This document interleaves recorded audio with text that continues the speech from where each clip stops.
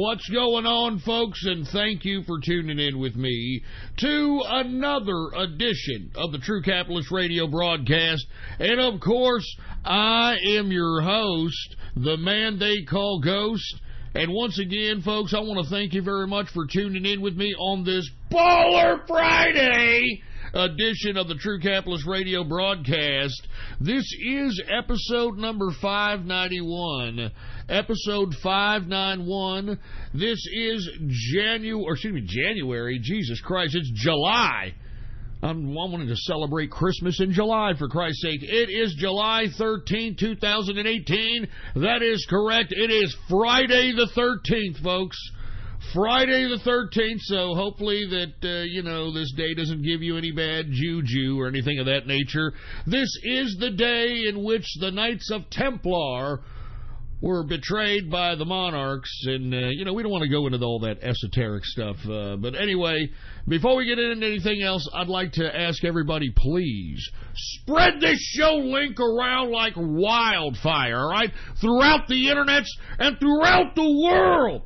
And let everybody know that True Capitalist Radio is in effect and in the house. And we are live every Monday, Wednesday, and Friday, 6:30 p.m. Central Standard Time, right here on the official website of the True Capitalist Radio broadcast. And it's very easy to remember. All you have to do is type this right here into your browser. All you got to do is type ghost.report. All right, it's that simple. Ghost.report. That is the official website of the True Capitalist Radio broadcast. And before we get into anything else, I'd like to ask everybody to please follow me on my only social media representation on the internet. And that's on Gab, folks. That's the only social media that I truly have. Any other social media on any other social media networks is a bunch of crap. All right, it's a bunch of crap. So follow me on Gab, folks. It is the last bastion of freedom of speech on the internet today. You can get there by typing in your browser gab.ai. And you can follow me on there under the name Politics Ghost, okay? Politics Ghost, all one word, no underscores. Politics Ghost is the name to follow. And by the way, if you have not, I'm going to tell you something right now, okay? If you are not a part of the True Capitalist Radio chat room, you are missing out on some internet history-making tomfoolery. I'm just telling you this right now. For all those that have not been keeping up with the Gab and what yours truly has been doing since the last time I broadcasted, folks, the capitalist army has exposed who QAnon is, folks. That's right. We exposed who QAnon is, and we did it all in the True Capitalist Radio chat room. It was glorious. It was unbelievable. Now, I'm going to talk about this later on in the broadcast. We're going to talk about who QAnon is, what the capitalist army and our investigations have found out. It is an expose like no other. It is unbelievable. Once again, we exposed QAnon. We called the person that we're going to talk about later on. He answers the phone. Well, actually, he doesn't answer the phone. His grandmother answers the phone, and I ask for this person. The grandmother suggests it's a little late, and I apologized, and I said, can you just please wake him up and tell him it's about QAnon? Anyway, the guy gets on the phone. He goes, yeah, what's going on? And I say, hey, what's going on? So-and-so, his real name. And he knew right off the bat that he was busted. He's like, what's going on, troll? And all I ask him, the first thing I ask him, are you QAnon? And this son of a bitch, instead of denying it, instead of like going on about what the hell am I doing calling him or anything of that capacity, he acts like snot knows about it and goes, it's QAnon. I'm calling the cops, and hangs up. Anyway, folks, we have pretty much validated that this is QAnon. I know there's a lot of people out there that suggested that QAnon is, some military intelligence guy that's next to the president at all times who actually tapped the president to become president to prevent a coup d'etat. let me tell you, if you don't know who QAnon is, do your research before we get to the segment when we talk about it, because I can't believe that people believe this garbage. I cannot believe it. But we're going to talk about who QAnon is, what the Capitalist Army have investigated. And by the way, we did this all in the damn True Capitalist Radio chat room, baby. And if you weren't there to witness it, well then, by God, you missed internet history in the making. But I'm going to be honest with you, the Capitalist Army, we're always making history in some regards. I don't want to get into the past internet political shenanigans that we've gotten into, but you can go look it up for yourself, all right? But anyway, if you want to be a part of the True Capitalist Radio chat room, it's very simple, okay? Follow these directions and you can be a part of the True Capitalist Radio chat room and, you know, be privy to some of this internet tomfoolery that we like to conduct ourselves into. What you do to be a part of the True Capitalist Radio chat room is go to my Gab account right now. Go to my Gab, Politics Ghost, all one word, no underscores, and hit the subscribe button for premium content, all right?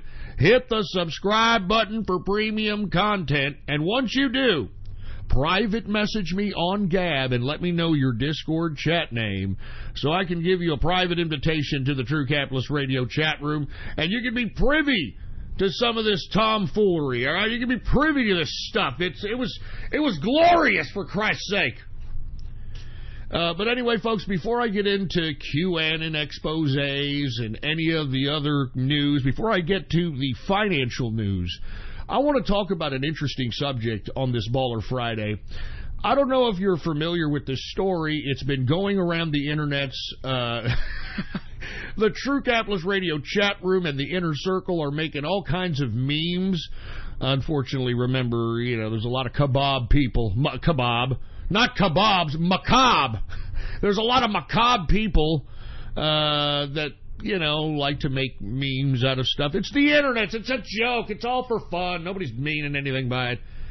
But anyway, this story, I don't know if you folks have been hearing about it, of a body of a murdered teenager that was displayed at a funeral home sitting upright playing video games. Did y'all hear about this? I mean,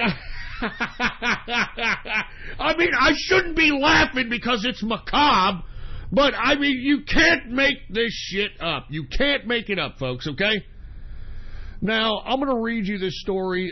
This is out of the Independent in the UK. It's the first one, the first article I could grab up. It's by Harry Cockburn. I'm not even joking. That's the name of the guy who wrote this article. His name is Harry Cockburn. I'm not joking. The name of the article on the Independent is called Body of Murdered Teenager Displayed at Funeral Sitting Upright Playing Video Games.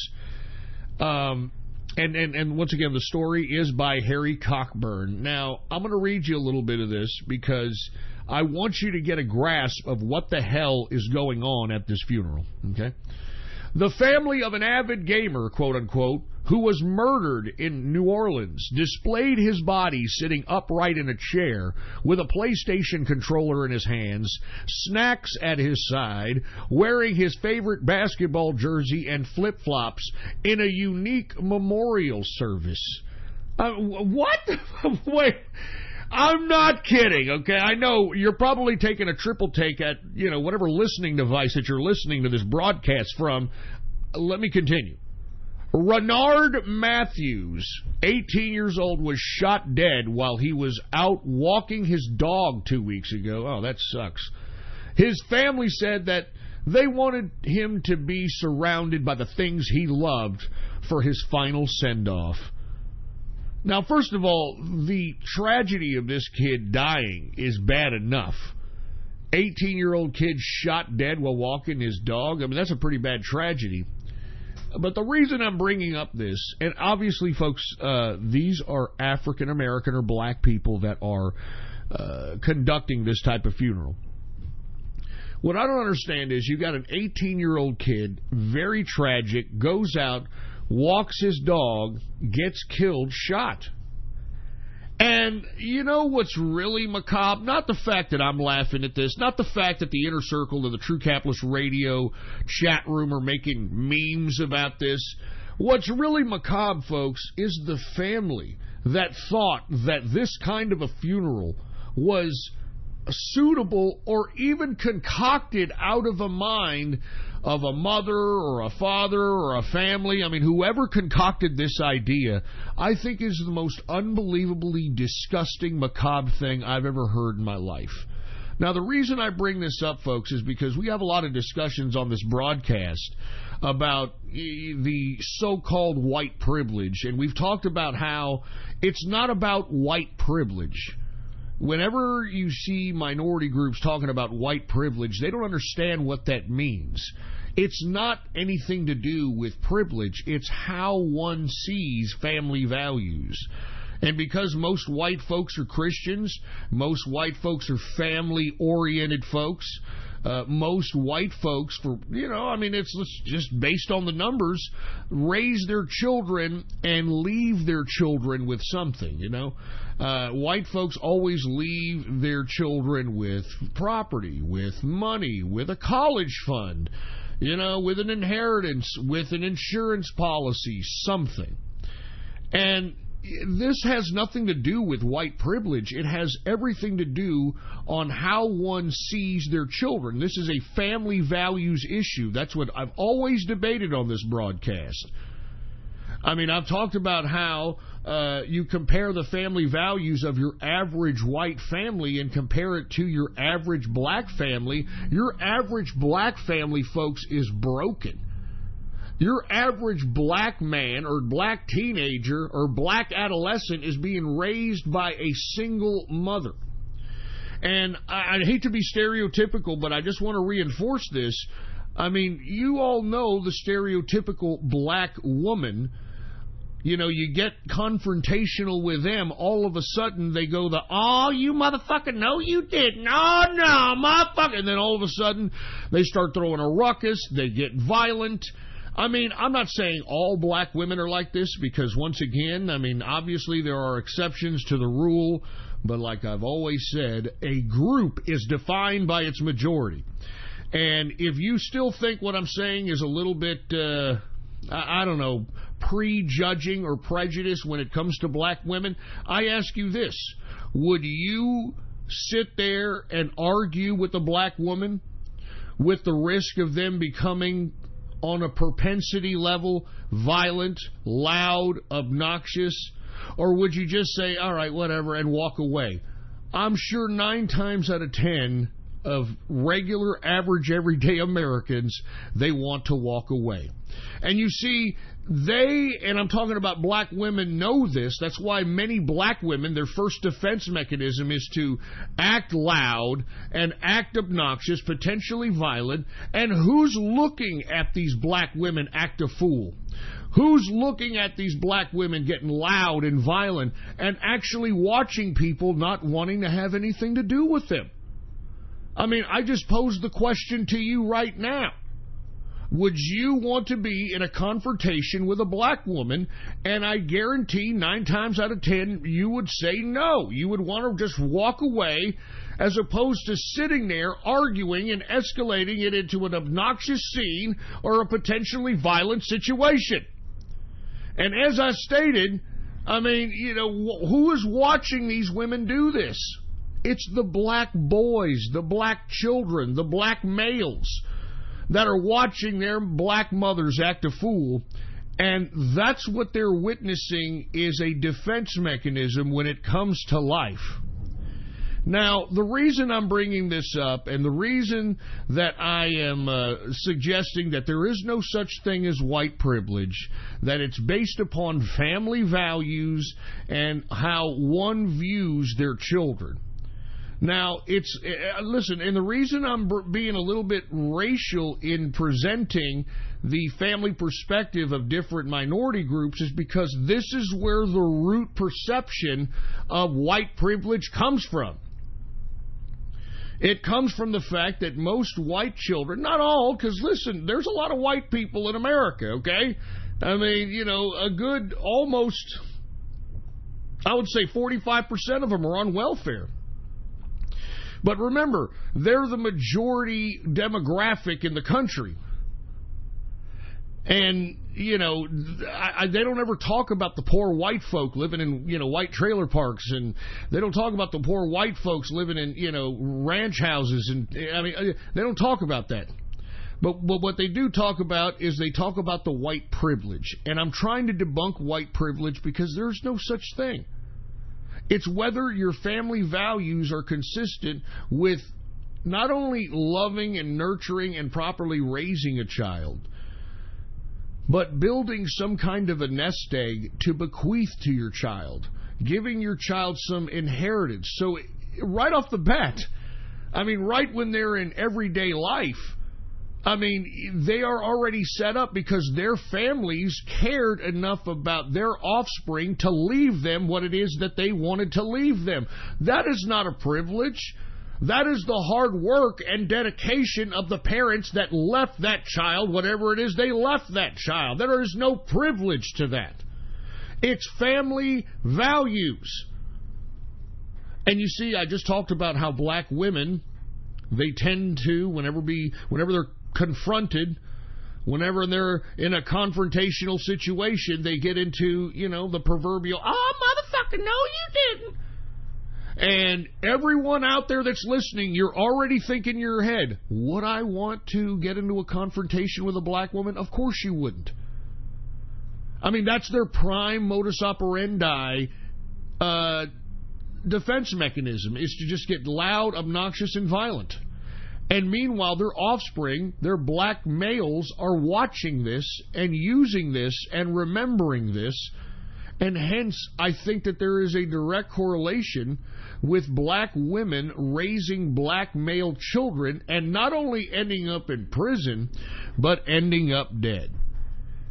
And I think at some point, folks, if you want my personal opinion, the black problem, and I hate to single out the black demographic in America, but they seem to be the ones that are more crying racism than any other race in this country. And I just want to tell the black folks, maybe you need to understand that it's not whitey keeping you down. It's not white privilege keeping you down. It's not the man keeping you down. It's your own black women that are raising you and that are not appropriately teaching you how to be a human being. Once again, it's not about white privilege. You could still be a poor white family and still have good family values. It's not about anything other than family values. And unless the black folks starts recognizing this, they're going to continue this perpetual gag reel of impoverishment, of broken homes, of embracing ghettofied lifestyles. And whether or not you're somebody on the left or black listening to this and suggesting that I may be throwing some shade or being racist, I'm being real. I'm being real. Now, the reason I bring up these family values and black women and black families is because let's go back to this poor young man who had his carcass displayed upright in a reclining goddamn office chair, sitting next to some, I don't know what the hell, diet root beer. Oh, no, that's root beer with some, what is this, chocolate chip cereal underneath with some hot Cheetos. And this guy's wearing a Kyrie Irving jersey. A Boston Celtic Kyrie Irving jersey. And he's got Kyrie Irving socks on with flip-flops. All right? And they displayed this poor young man's body in this capacity. And why do I bring this up? Because, folks, I personally believe that the black women in black America are the most evil and sickest people on the planet. And I base this on their actions, not on any kind of prejudged notion.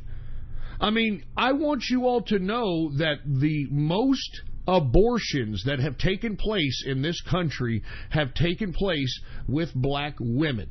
As a matter of fact, black women have killed more babies and have killed more black people, black lives. Let's put it this way. Everybody's talking about Black Lives Matter. Black Lives Matter.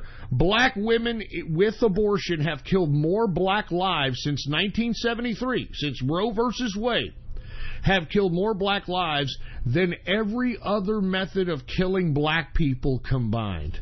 I'm talking AIDS. I'm talking murder. I'm talking lung cancer, heart disease, sickle cell, you name it. Whatever ailment that kills or ends the lives of your average black person since 1973. Abortions, okay? Black mothers killing their children. They've killed more of their own children than black people have died in every capacity combined. I'm not kidding. You can look this up for yourself. So, okay, they have no problem utilizing abortion as some kind of method of birth control or contraception. And right off the bat, that's pretty desensitizing. That's a pretty desensitizing thing. And then you take into consideration the way that black children are raised. Now, how can we get a little bit of a glimpse in how black children are raised, especially us white folk who aren't privy to black families? Well, all you have to do is take a look at these black comedians who always, all of them, all black comedians always kid around and make comedic jokes about how violent their black mothers were. How they would beat their asses right in the middle of a goddamn store, and anybody who talked garbage to them would, shut up, bitch, you're next, motherfucker. And this is predominant in black comedy. It's like a common joke in a black comedy skit. You know, Chris Rock talks about it. Cat Williams talks about it. All black comedians talk about how black mothers kicked the living shit out of them, took out switches and belts and shoes and sticks, and they beat them with anything, and beat them for no reason. And you see, folks, you don't think that has a little bit of a desensitizing effect on both not only the child being beat, but of course the psychotic black mother? Now, I don't mean to get into all this hyperbole, but I want everybody to have a foundation and understand where I'm coming from when I make this criticism about this poor kid, Renard Matthews, 18 years old, shot dead while he was out walking his dog 2 weeks ago, and his family had the audacity. I mean, this is the first thing that came through their head. My baby got killed while he was out there. He was walking his dog. My baby. He got killed, baby. My baby. I love my baby. You know what we gonna do? We gonna do it the way Renard wanted. We gonna put him in his favorite chair. We gonna put his favorite hot Cheeto and root beer next to him. Make sure he had a PlayStation control in his hand. He's upright. He's playing NBA 2K18, and he's out there with a Kyrie Irving jersey because he loved that Kyrie, baby. He loved that Kyrie. And he put Kyrie socks on the feet. We gonna put on Hey, what kind of a macabre, sick, fucking desensitized mind do you have to have as a family, as a mother, for you to think that this kind of a fucking mourning is okay? They've got this poor kid. I'm looking at him. If you haven't looked at a picture of this shit, I strongly advise you to do a goddamn search. It is pathetic. This brother dead. He dead. This brother dead. He's sitting there playing basketball on the goddamn PlayStation. He dead. He's got hot Cheetos and motherfucking root beer next to him. He dead. Jesus Christ, man. I mean, think about this for a second. What kind of a desensitized mind do you have to have when your 18-year-old son gets killed walking his dog and you think that this is a fucking good idea? This is a joke. This is sick, for Christ's sake, man. And I'm going to tell you, black folks should be pissed off, but you know what? They're not. They're bamboozled with my racism, my racism. Malcolm X would be sick to his stomach if he was alive to see you black folks today. You know that? And you know the sad part about Malcolm X, even though he tried to be a moral leader for his black people in America, his own black people killed him. So that should tell you something. I'm just saying, that should tell you something. Anyway, look, I didn't mean to get off on this big hyperbole about this, but folks, if you have not seen the picture of what the hell is going on with this poor kid who is propped up, his body is embalmed. He's propped up on an office chair. He's got a fucking PlayStation controller in his embalmed hand.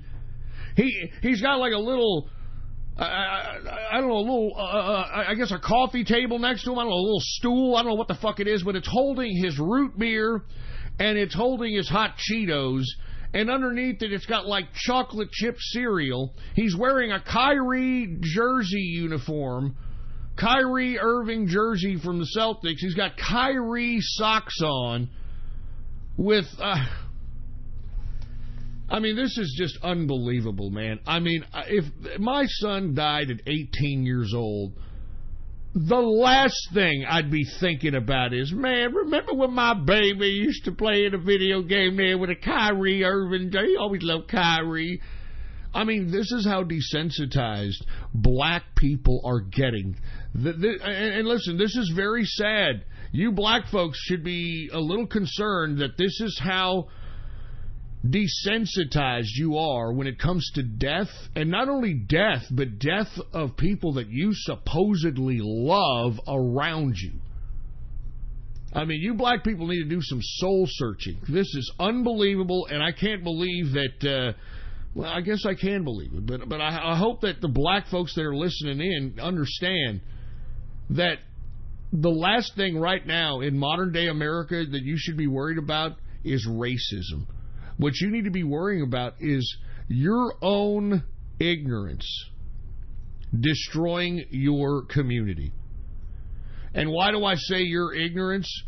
Folks, black folks, you have embraced gangster rap as an extension to your culture. And folks, gangster rap was created by Jewish and white elitists in Los Angeles. It has nothing to do with black culture. I mean, do y'all remember prior to the NWA albums and the Chronic album, do you remember what black culture used to be? There was no violence in the music. There was no violence in the music. You didn't hear black people talking about busting caps and pimping hoes and drinking 4 O's and smoking Philly blunts. You didn't hear that shit. It wasn't until these sellouts who sold their souls to the folks in Hollywood, a la Dr. Dre, Eazy-E, Snoop Dogg, all these sons of bitches, when they started producing this garbage, that's when you started seeing all this prevalent gangster rap culture. And now, black folk, for whatever reason, are incorporating gangster rap culture as a part of black culture itself. And I think, I think Malcolm X would be fucking pissed off if he saw that. That's all I'm saying. I think he'd be pissed off. And he's probably rolling over in his grave right now. If Malcolm X was here, he'd probably look at you black folk and said, man, I'm eating poke again. Fuck this. I'm eating poke. Give me a motherfucking sausage, man. Fuck this. Look at these motherfuckers. So anyway, now that we got that all out of the way, I'm telling you, if you have not seen the picture of this kid, this 18-year-old kid who is he's upright. He's embalmed. He's upright. He's got a PlayStation controller in his hand, root beer, hot Cheetos next to him. You have to literally look at this. It's unbelievable. Anyway, folks, let's go ahead and talk a little bit of finance. Let's talk a little bit of cryptocurrency here. The cryptocurrency markets, since we've been gone, have taken a contraction. Why? The dollar. I keep saying it. The dollar is king of fiat currency. But today is a little bit different, folks. We are finally starting to see a bounce back. We're seeing a bounce back as we speak, for Christ's sake. Everything seems to be pretty much in the green. I want to talk about a few cryptos that I had suggested to look out for in the past couple of weeks that are in double-digit percentage increases. But first, I want to tell everybody that the dollar today is down. The U.S. dollar spot index is down 0.16%. So because we're seeing a decrease in the dollar, we should see some increase in the cryptocurrency market capitalization factored in probably within the weekend. This is a trend that I've seen within the past couple of weekends. We should see more people come into the market because we're seeing a contraction in the dollar, and this is why we're seeing green here now. The current market capitalization right now for cryptocurrency is $248 billion market capitalization. Okay? $248 billion market cap. Now, let's talk about some cryptos here. Once again, Bitcoin. Let's talk about Bitcoin. Everybody seems to be so certain that it's going to hit $20,000 or $60,000 at the end of the year. I'm starting to believe that the media is trying to will Bitcoin to get to those high prices. If you want my opinion, folks, the reason that we've been seeing such low prices in Bitcoin, which is translated into low cryptocurrency prices when it comes to the altcoins, these futures that were introduced into the traditional financial markets of Wall Street, these Bitcoin futures. And the reason I say that, folks, is because with futures trading, this is the type of instrument in Wall Street in which you can make an investment on whether or not a given commodity, stock, indice, whatever the case might be, whether it goes up or down.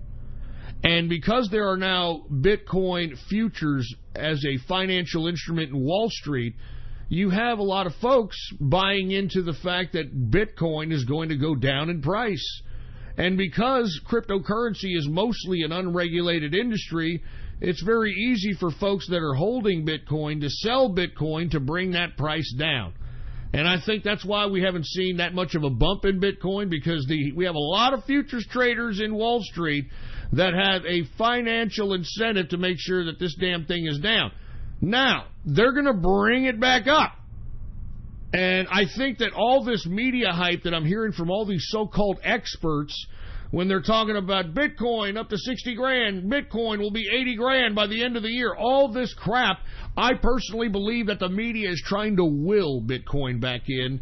And we may, like I said, we may see an increase. I've been talking about it here for the past several shows in Bitcoin, and it'll be based on pure speculation only. There's no reason to be holding Bitcoin for the long term, in my opinion.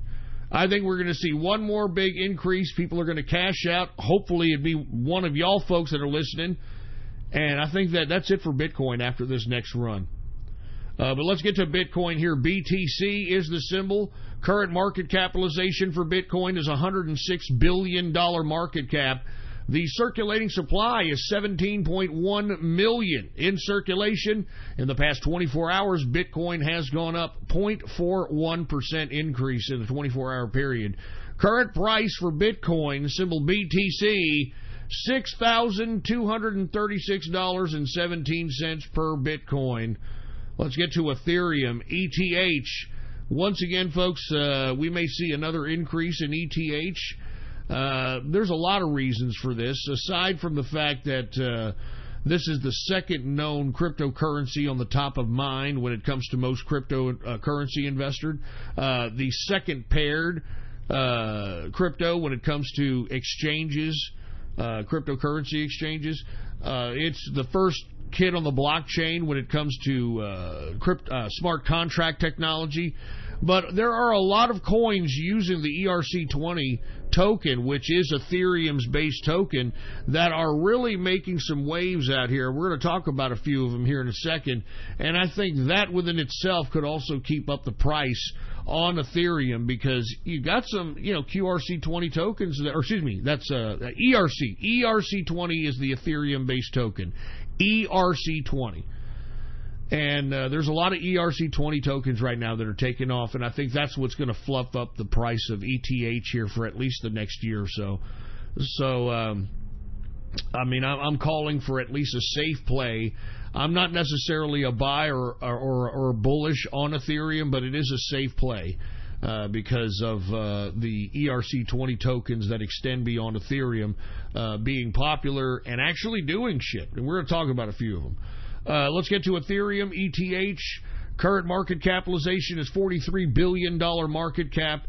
The circulating supply for Ethereum is 100 million in circulation. In the past 24 hours, Ethereum has gone up 0.86%. Current price for Ethereum, $433.78 per Ethereum. Let's get to Bitcoin Cash, which has really decreased here in the past contraction, which looks good as far as buying is concerned. Now, what makes Bitcoin Cash better than Bitcoin is the block size. The typical block size for Bitcoin is about, I think, a megabyte. I think maybe a megabyte and a half.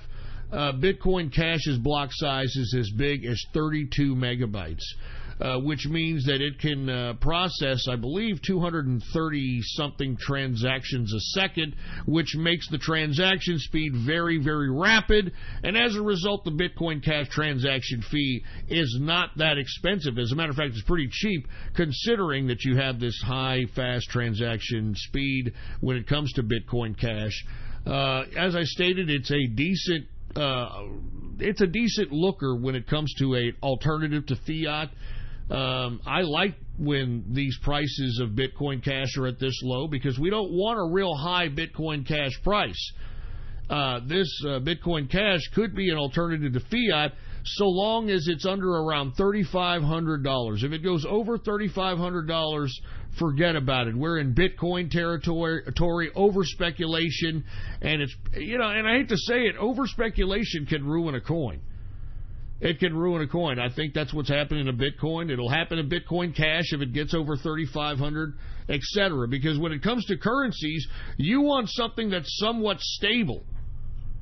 Especially if I'm a businessman, and if I'm going to take cryptocurrency, I want to make sure that that currency isn't going to drop 40% after I take it for a payment, So with that being said, let's go ahead and get to Bitcoin Cash, symbol BCH. Current market capitalization is $12 billion market cap for Bitcoin Cash. The current circulating supply is 17.2 million in circulation. In the past 24 hours, Bitcoin Cash has gone up 1.40%. Current price for Bitcoin Cash, $696.29 per Bitcoin Cash. Let's get to Litecoin, folks. Litecoin, symbol LTC. Current market capitalization is $4.4 billion market cap. The circulating supply is 57 million in circulation. Like I said, Litecoin is a decent alternative to fiat too, but who knows with the creator Charlie Lee and his, chopstick-loving spurg ass. Anyway, Litecoin has gone up 0.38% increase in a 24-hour period. Current price for Litecoin is $77.04 per Litecoin. Let's get to some other coins here. Let's get to Monero. Monero XMR. Current market capitalization for Monero is $1.9 billion market cap. The current circulating supply for Monero is 16.2 million in circulation. In the past 24 hours, Monero has gone up 1.49%. Current price for Monero, symbol XMR, current price $122.45 per Monero. Let's get to Dash, folks. Dash, I like Dash. DASH is the symbol. Current market capitalization is $1.7 billion market cap. The current circulating supply for Dash is 8.1 million in circulation. Very low circulation. In the past 24 hours, Dash, not Bitcoin Cash. Dash has gone up 3.08%. Current price for Dash, symbol DASH, $218.45. $218.45. Let's go ahead and get to Zcash. Now, what did I tell you about Zcash here, right? I said it's a buyer. I said it's a winner. And guess what? It is finally going up. And the reason it's going up, folks, is because Coinbase has announced that it's looking into adding Zcash, adding 0x, which is another goddamn coin I told you all to look at. They are entertaining Stellar and Cardano. Cardano? Get the hell out, Cardano! But anyway, with that news, folks, we saw Zcash take off today. And I told you guys, this is a coin I like. A lot of investment, privacy component. They just updated their blockchain, had a hard fork. So let's go ahead and take a look at it. Zcash, symbol ZEC. The current market capitalization for Zcash is $762 million market cap. The circulating supply is a low 4.3 million in circulation. In the past 24 hours, Zcash has gone up 13.20%. Good God! 13.20% increase. And by God, I'm glad I'm mining Zcash. I'm glad I got a good chunk of it. Zcash, current price, the symbol for Zcash is ZEC. Current price, $175.44 per Zcash. I'm telling you, I told you. Let's go ahead and take a look at Quantum, symbol QTUM. By God, folks, I am gobbling up Quantum at these prices, man. I'm not even joking, and so is the Inner Circle, so is the True Capitalist Radio chat room, man. Gobbling it up, man, like we're fucking Warren Buffett. Buying chunks of it, man, just huge chunks of it. Why? Because it's dirt cheap, first of all. Secondly, it's a proof-of-stake coin. Like I said, we've got people in the Inner Circle that are getting stake payments just by leaving their Quantum in their Quantum Ignition wallet and leaving it on. It's as simple as that. You're getting paid Quantum for holding Quantum in your wallet. You can't beat it, baby. Good God. And then on top of that, folks, you have a bunch of airdrops coming in. We recently had a QRC20 airdrop of Bodhi, B-O-T.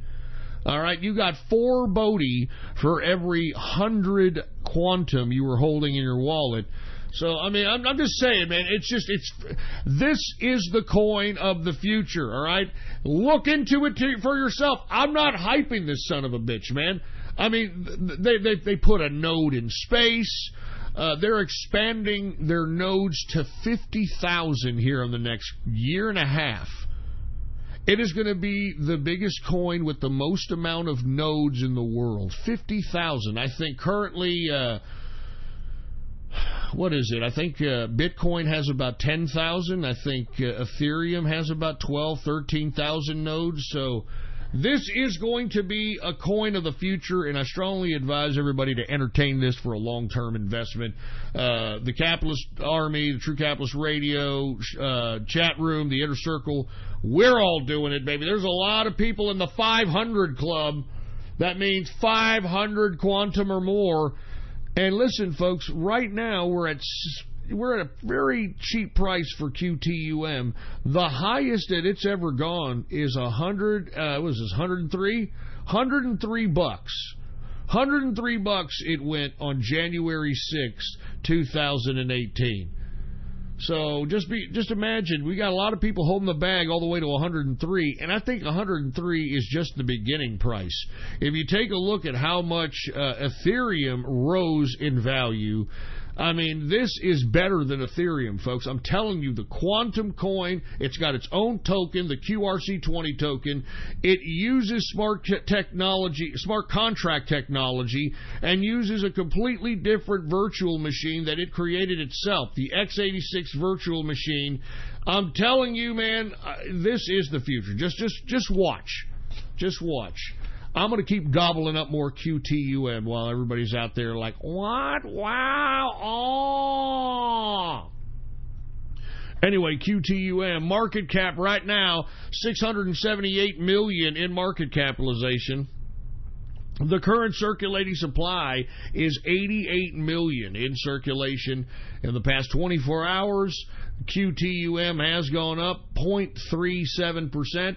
Current price for QTUM, I'm telling you, a very, very low $7.65 per QTUM quantum. Good God, baby. I'm gobbling. I'm going to buy some more right after I get off the broadcast, man. I'm not even kidding. All right, let's get to 0x, folks. What did I tell you about 0x? ZRX, I said that Coinbase had acquired a exchange called Paradex, and Paradex utilized 0x's blockchain technology in its exchange. And I said since Coinbase acquired Paradex that 0x was going to be, or at least had to be, integrated in some capacity to Coinbase, and ta-da! 0x is going to be added on Coinbase's list of coins to trade on its exchange. All right, so let's take a look at how that impacted the price. I told you so. I told you so. I told you so. Let's go ahead and take a look at 0x, ZRX. Current market capitalization for ZRX is $508 million market cap. The circulating supply for 0x is 534 million in circulation. In the past 24 hours, 0x has gone up 17.69%. Good God.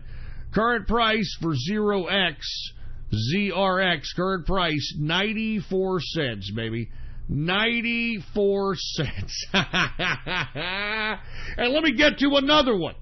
What did I tell you about Basic Attention Coin, folks? BAT, Basic Attention Coin. First of all, what did I tell you? That this coin has its own browser in which it's integrating its coin into so that it'll provide a new opportunity for content seekers to compensate content creators. And I think that this is way on the cusp of innovation. I think that this is going to be a new way for individual content creators to be able to maintain sustenance, to maintain sustenance out here. So with that being said, Basic Attention Coin, I always liked it. It has its own browser. What is another reason I like it for? It's going to be added on Coinbase. Oh, that's right. Basic Attention Coin, BAT. I've got a whole bunch of this stuff, man. I bought Basic Attention Coin when it was like 10 cents. All right, I'm not even kidding around. Just a whole crap load of it. Take a look at Basic Attention Coin. Market capitalization is $330 million market capitalization. The circulating supply right now for Basic Attention Coin is 1 billion in circulation. In the past 24 hours, get this, Basic Attention Coin has gone up 23.08%. Good God! And I think it's going to go all the way up. I hope it pairs itself with the U.S. dollar, because that would be more likely, it would be more suitable, especially if it's going to be a compensation for content creators, which I think the intention was for Basic Attention Coin. Basic Attention Coin's current price, symbol BAT, 33 cents, baby. 33 cents. And we're going to go ahead and end the cryptocurrency coverage on that one on this Baller Friday, because I don't want to go over time. We got a lot of things to talk about in this broadcast, and I want to make sure to give equal and ample time to everything. So now that we've gotten cryptocurrencies out of the way, let's talk a little bit about stocks. Now, as we see, folks, we're going into a Friday. And typically, especially when there's uncertainty in the air, Wall Street likes to sell off on Friday because they don't want to be holding anything while the market's closed. But just the fact that we are seeing positivity in the stock market shows that Wall Street believes in the president. Wall Street believes in the president. Because remember, we're in the middle of a trade war, remember? We got a trade war with China. We've got Canada flexing its maple leaf loving nuts. We've got the EU. We got Mexico. We're in the middle of trade negotiations and trade wars, and yet it's not affecting the stock market one bit. And you want to know why? Wall Street believes in Trump. And why does Wall Street believe in Trump? Because a capitalist is running the White House, all right?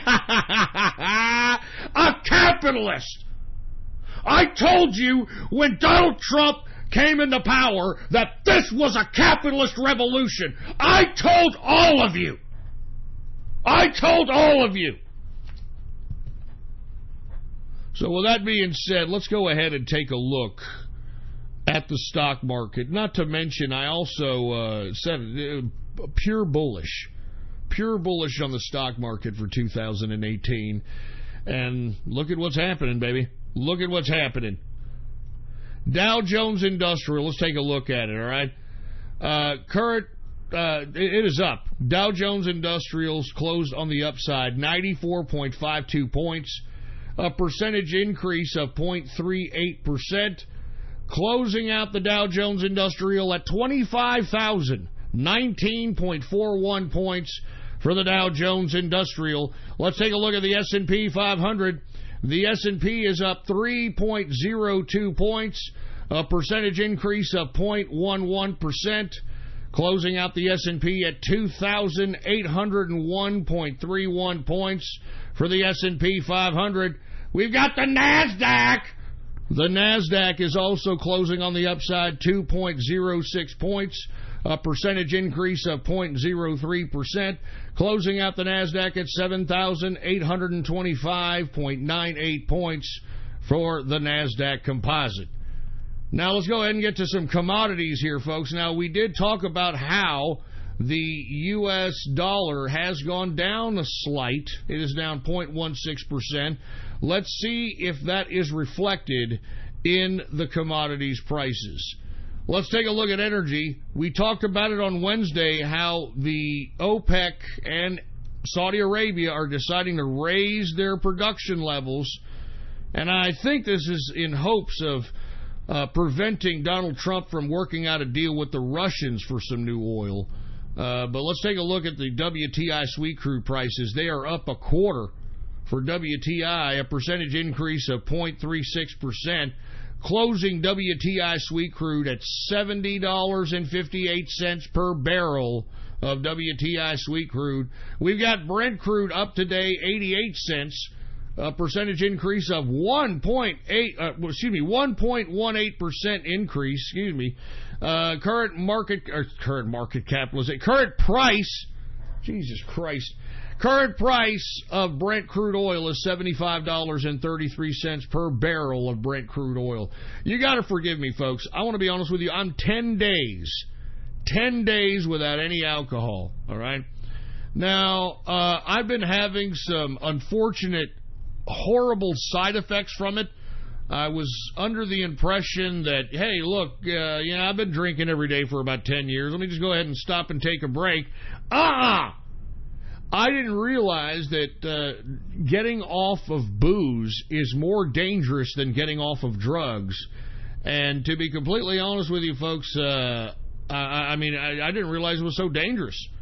So if you hear me a little off, that's because I'm already 10 days in, and we're going to keep on going. Listen, I'm not going to stop drinking. I just need to take a little bit of a break. You know what I'm saying? I mean, you got to clean out. You got to let the insides kind of be like, all right, we're not taking booze now. All right, that's good. Let me go ahead and heal this up. Let me heal up the stomach.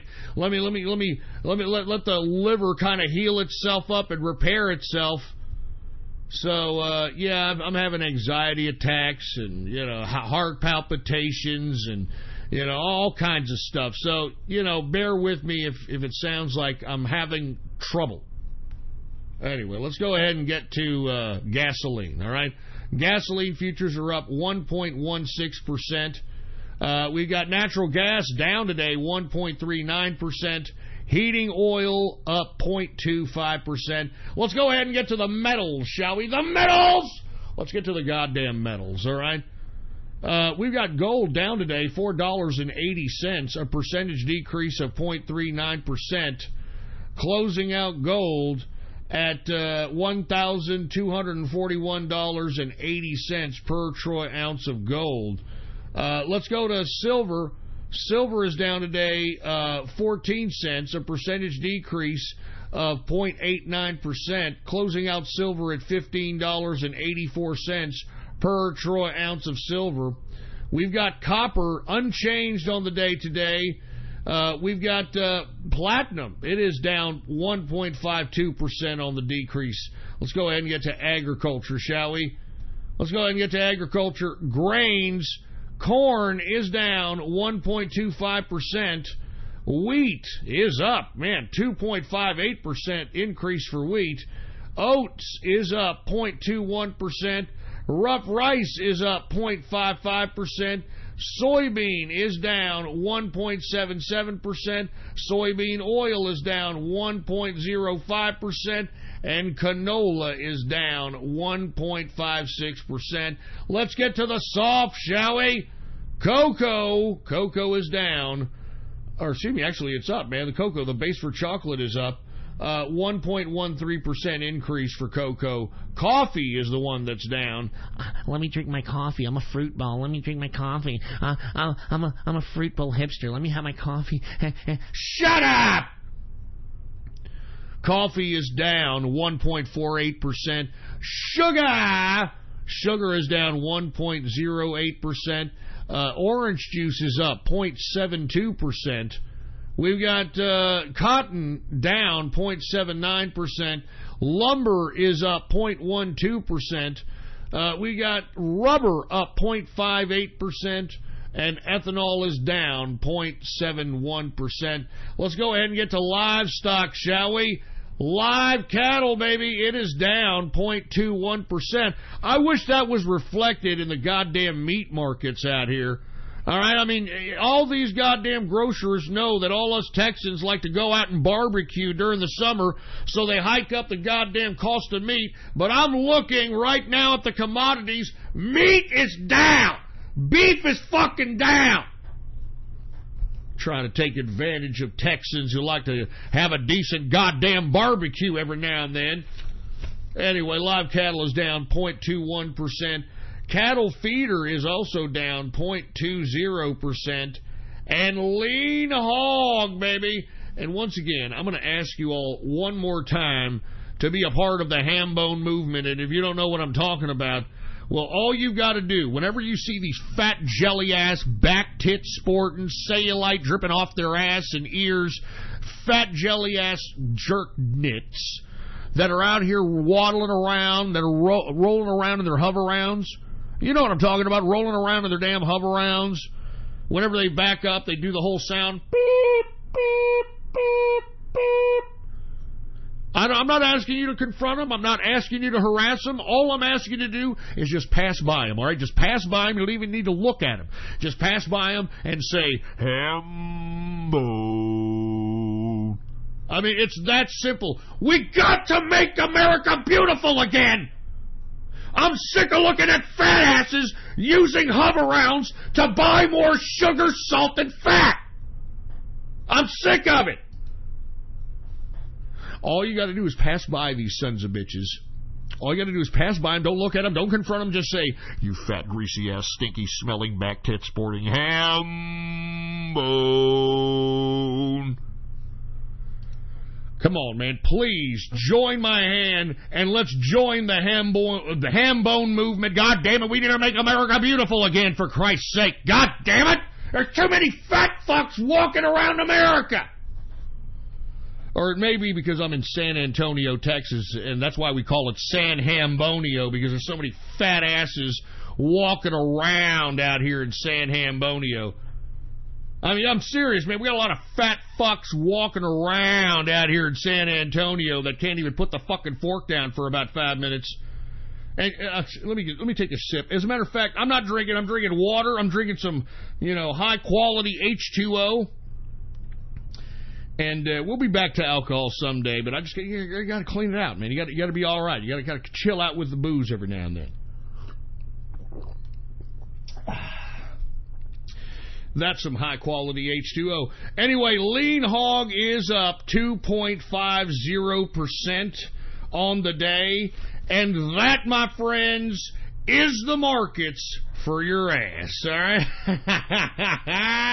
I hope you're having a good Baller Friday! And for you folks that are unfamiliar with what Baller Friday is, It's the day of the week in which capitalists look back upon their week's success, their labor, their wages, their creativity, whatever it may be, and bask in their success.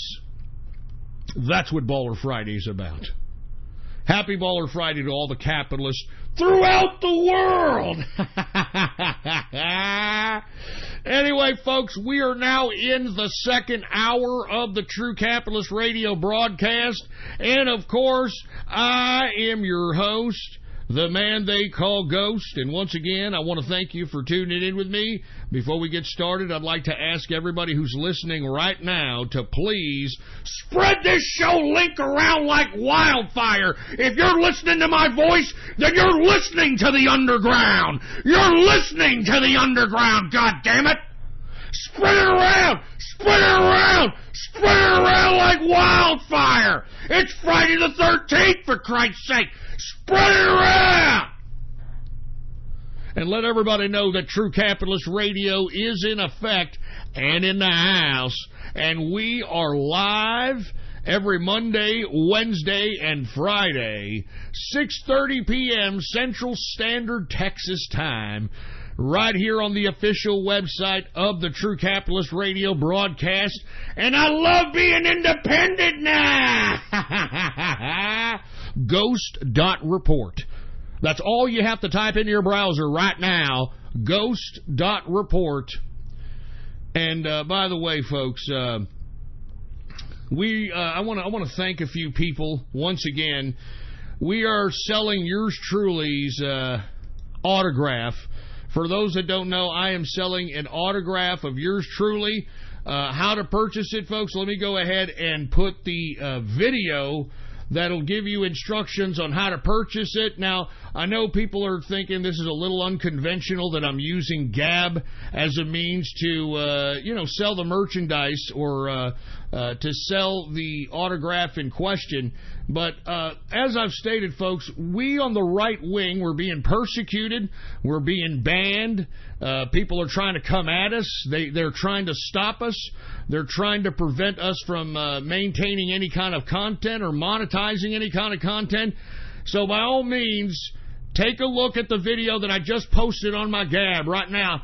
Look at my Gab! Check out my Gab! Politics Ghost. And there's a video that says how to purchase a Ghost autograph. And as I stated, you're going to get an autograph. I'm looking at them right here. Okay, on the front, you're going to get the 2018 Ghost Avatar with my autograph in gold, baby. All right, I hand freaking autograph each and every one of these. On the bottom of it, it's going to say, give me capitalism or give me death. On the back, it's going to say True Capitalist Radio at Ghost.report. And it's going to have a microphone icon. And on top of that, we are going to mail you as well a Spaten bottle cap. I'm telling you this right now. I have officially drank and popped each and every one of these Spaten bottle caps. Even though I'm not drinking anymore, I got over 1,000 of them. I collect them all. Now that we've got Germany over here trying to flex nuts, trying to put in tariffs and all kinds of stipulations on goods, I'm going to go ahead and throw that in there as well as the autograph. And now I want to remind you folks, okay, I was going to send these autographs yesterday. Unfortunately, the manila envelope, I'm going to be sending them in a manila envelope, folks. And I want you all to look out for it, okay? But first off, I want to let everybody know that Templeton got a hold of the manila envelopes and started gnawing at them. It's your quintessential dog ate your homework kind of thing. But he started gnawing at the manila envelopes. And, some of you may or may not get an envelope with a little bit of a frayed envelope flap, because Templeton decided to get in and start gnawing on them, all right? But I am sending all of the autographs out tomorrow that have been purchased, folks.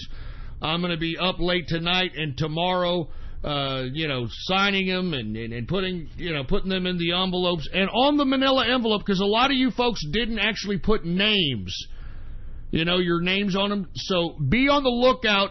Once I send them tomorrow, it may take a week or two, depending on where you are in the world. It may take a little longer if you're a little farther from the United States.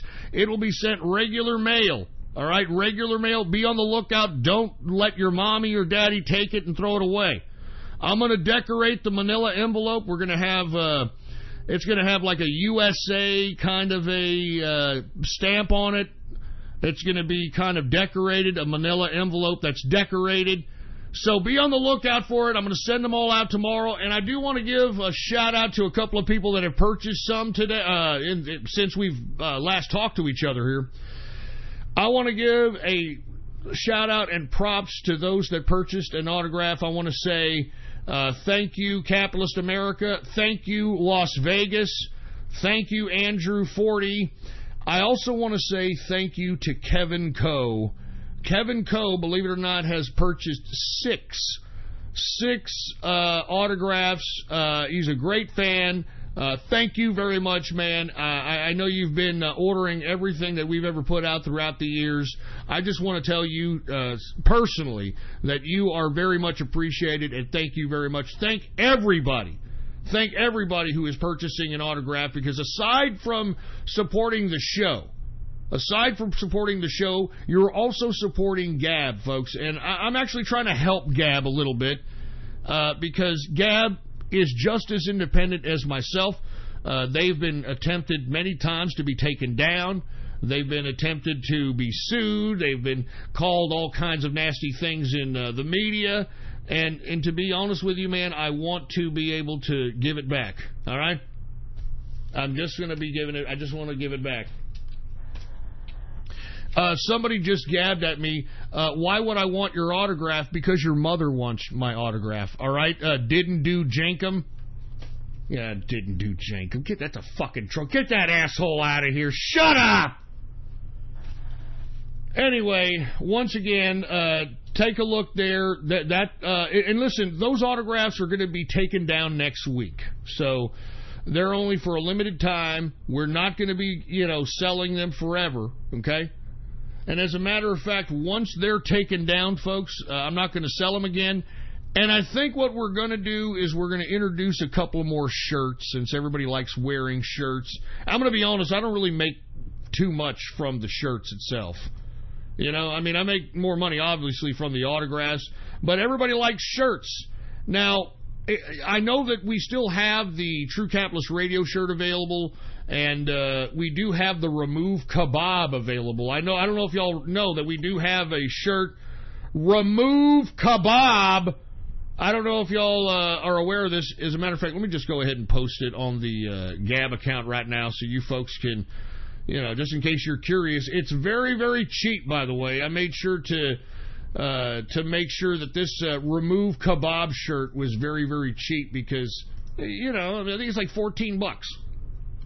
I think I make like $2 a shirt, $3 a shirt, But I think we should see more Remove Kebab shirts, I'm not even kidding. Here, let me go ahead and put it on here. Remove Kebab.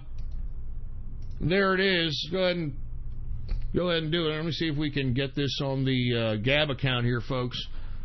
We got it. Remove Kebab. There it is. Take a look at my Gab. Anyway, we're going to go ahead, after the autographs are taken down this next week, we are going to put 2 new shirts up. I'm going to tell you that one is going to be POTUS based. So everybody who loves POTUS, you are going to love this next shirt that we're going to come out with, man. And another one, I'm just going to leave that up. I'm just going to leave that one a secret. All right.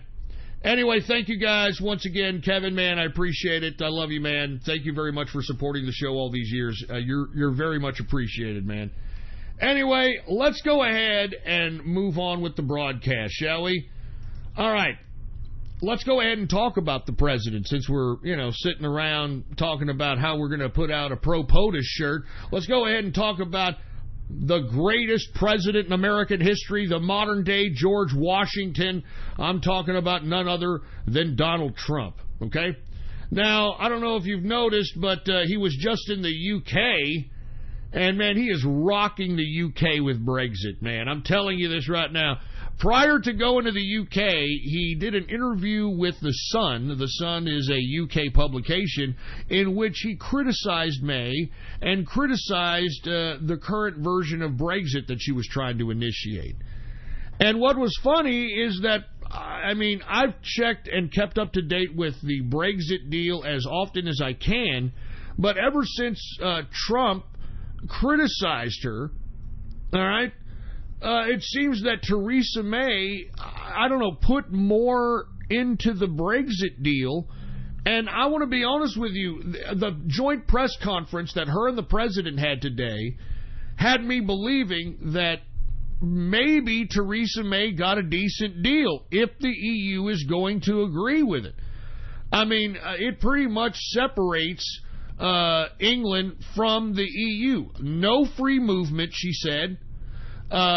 Independent laws outside the EU jurisdiction, so you're not under the EU courts. You're going to have independent fisheries, so that was a big deal for me. Even though I'm not even an Englishman, I would be like, wait a minute, you know, you're breaking up with the EU, but you still got to share your fisheries, you still got to share your commerce. Nope, all that is done. I think no VAT tax. I mean, what Theresa May described in the press conference from Donald Trump sounded like a decent Brexit. It sounded pretty decent. Now, like the president said, the only thing that he was concerned about is whether or not the United States was going to be able to trade with the UK. Because if they're still under the jurisdiction of the EU, right now the United States is having a little bit of a trade dispute with the EU. And if Theresa May is going to still allow the EU to dictate its trade policies, well, then it's going to be impossible for the United States to trade with the UK. And that's why Donald Trump was suggesting that maybe we won't be able to trade with Britannia because, you know, if you're going to still fall under the EU jurisdiction, the EU and the United States are having a little bit of a tariff war at this point in time. So we might not be able to trade. But I want to be honest, I watched the press conference between Theresa May and the president today, and it sounded very positive. If I was a Brit and I heard what Theresa May said, now I'd want to know that all that was going to be certain. I mean, you know, these politicians can say anything. But I liked what Theresa May said about the Brexit situation. It seems pretty decent. I wouldn't say it's full-fledged Brexit, but it's probably the best deal that has come out. And hopefully Britannia, hopefully they appreciate it. Okay? And the reason I'm saying this is because if they don't appreciate it, then they're just going to go back right into the EU anyway. Now, as the president was visiting the UK, you had a protest in London, of all places. Oh, that's great, isn't it? Old London stand, the same city that voted in a Muslim mayor and can't realize that there's a correlation between a Muslim mayor and the increased Muslim terrorism that they're having in London. They don't get it! But anyway, they had a protest in London because of the president's visit. And to be honest, folks, it wasn't all because of the president. I mean, I had seen some coverage of some independent media of people going up to individuals out there in this protest, and there were people there for a lot of different reasons. For environmental reasons, for communist reasons, for socialist reasons, you know, for pro-EU reasons. There was not a given reason why everybody was out there. It was not all anti-Trump. If there was a common theme in the London protest, folks, it was anti-capitalism. It was anti-capitalism. Everybody that the interviewer went up to at this London protest of the president in the UK, they were all anti-capitalist, and that is very disheartening when it comes to the potential future for the UK. Even if they do have a decent Brexit deal, if you've got a population that is anti-capitalist, then what kind of future does that country have? Seriously. I mean, seriously, man. Anyway, once again, I think that it was the criticism of the president that kind of made Theresa May kind of throw the stipulations in this Brexit deal to make it more palatable of a Brexit, man. I want to be honest with you, I was rather pleased I was rather pleased when I heard May and the description of the new Brexit, all right?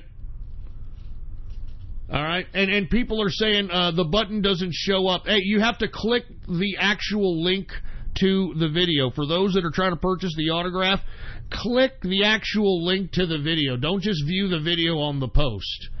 Click the actual link. All right, click the link gab.ai/tv/watch/18436. Sorry about that, folks. But once again, I think the criticism from the president actually helped the people of Britannia, because I think they got a lot more for Brexit than they were initially thinking of with the Chequers Compromise. So, good luck to Britannia. I hope they get what they want. But it doesn't seem like they want Brexit. It seems like they want communism, and they want it as fast as possible. It's sad. It's really sad, for Christ's sake. Anyway, let's go ahead and move on. Later on in the day, the president, aside from meeting Theresa May, met with the 92-year-old Queen Elizabeth. And I don't know if you saw that, but what a bunch of pomp and circumstances, right? I mean, you had the Queen's Guard out there, doing their little routine, and the president going up to the Queen. Hey, how you doing, Queen? And, oh, I'm doing great, yes, and all this crap. I want to be honest with you, I'm not a big fan of monarchs. I think monarchs are a prehistoric, primitive form of social organization, and to acknowledge monarchs is acknowledging a primitive time in history that I think we should all forget. I mean, we are living in modernity, for Christ's sake. We should have no appreciation for any kind of monarch. That's my opinion. Remember, I'm an American. You remember, we had a revolution against the monarchs, and we don't want to have nothing to do with them. We don't believe in kings and queens, and we don't believe in bloodlines ruling a country for 900 years. We don't believe in that crap over here, right? But anyway, he met with the 92-year-old Queen Elizabeth and did the whole pomp and circumstance. Now, after he gets done with the whole hoopla in the UK, he plans on going to Scotland. To one of his golf resorts. As a matter of fact, it's his only golf resort in Scotland. He's going to go hang out there for the weekend, play probably a round or two of golf, and then he's off to Russia to meet Putin, Vladimir Pooty-Poo. And this is going to be a very interesting meeting, folks, because one thing I did appreciate the president saying, he alluded to this in the Theresa May press conference, is that he's going into the meeting with Putin with low expectations. But he is trying to keep things positive, and I do agree that we don't want direct confrontation and war with Putin. But at the same time, I don't trust Putin. I think he's one of the most unscrupulous characters on the world stage. He's a thief. He's a liar. I don't trust Putin as far as I can throw him. I think that he is probably one of the most disgusting people in the world stage today. And it's because this idiot tries to pass himself off as such a brilliant leader when all he did was remove the oligarchs of Russia, expelled them, took their money, and now he's worth $160 billion. And I don't like people like this. I don't like people like this. I don't like people who fake being pious. I don't like people who fake being nationalist. I don't like people who fake being religious, because that's exactly what Putin's doing. He's faking that he's Orthodox Christian or Orthodox Catholic, or whatever the fuck religion that Russian Orthodox Church is. We all know that he's a communist. He killed for communism. He was a part of the KGB, for Christ's sake. He killed for communism. Now he believes in God. Get the fuck out of here.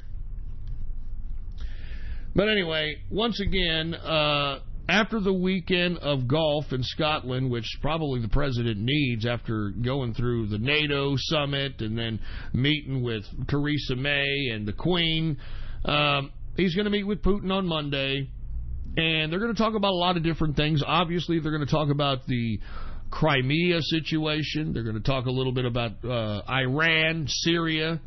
Probably going to talk a little bit about energy. I wouldn't be surprised if President Trump made some kind of energy deal with Russia to offset the influence of OPEC. A lot of things could be done. I'm really, really looking forward to seeing what the art of the deal master can do when it comes to this manipulative KGB bureaucratic piece of weasel crap, Vladimir Putin.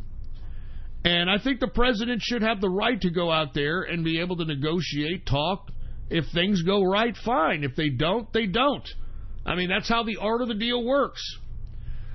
But, on the potential, what are we, this is Friday, he will be meeting with Putin on Monday. So the weekend before the president meets with Vladimir Putin, guess who comes out with indictments on supposed Russian hackers? None other than Robert Mueller's special counsel. And guess who decided to, make the press conference to announce this? None other than the Department of Justice Deputy Attorney General Rod Rosenstein.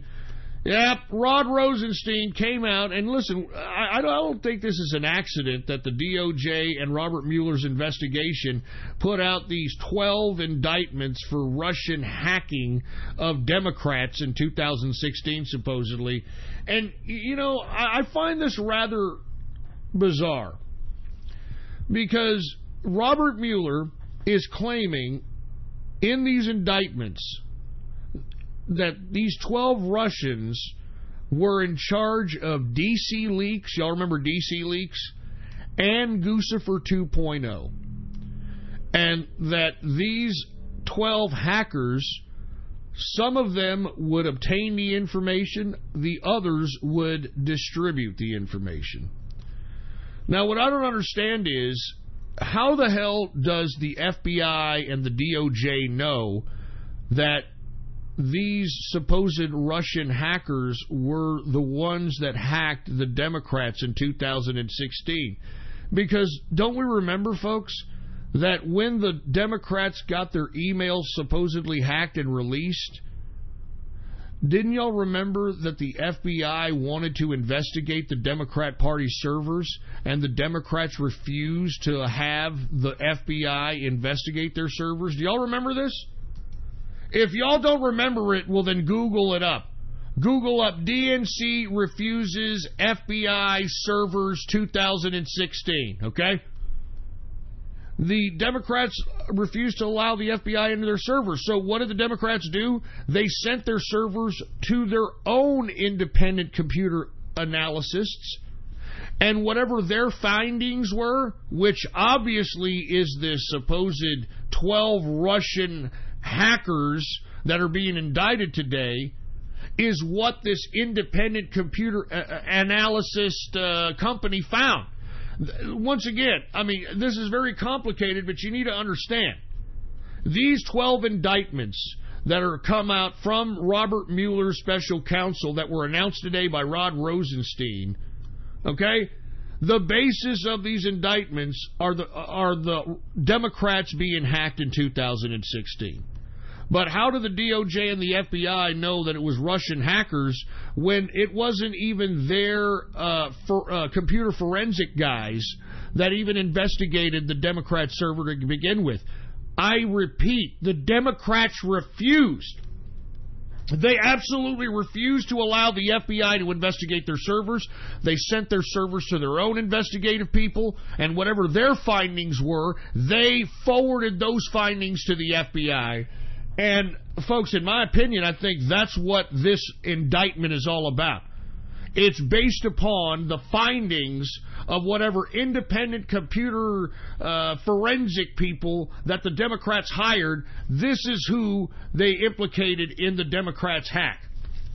I want you all to remember this. I mean, folks, Google this damn shit up yourself if you don't believe me. Like I said, Democrats refuse FBI server 2016, and you should be able to find articles that have said that the Democrats refused to allow the FBI to investigate their servers.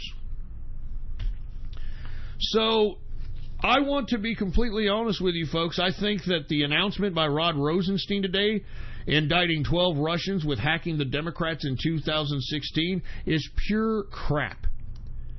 And it's based upon the computer analysis of independent contractors that were investigating the Democrat servers themselves. This is not based on the analysis of the FBI and its forensic computer guys.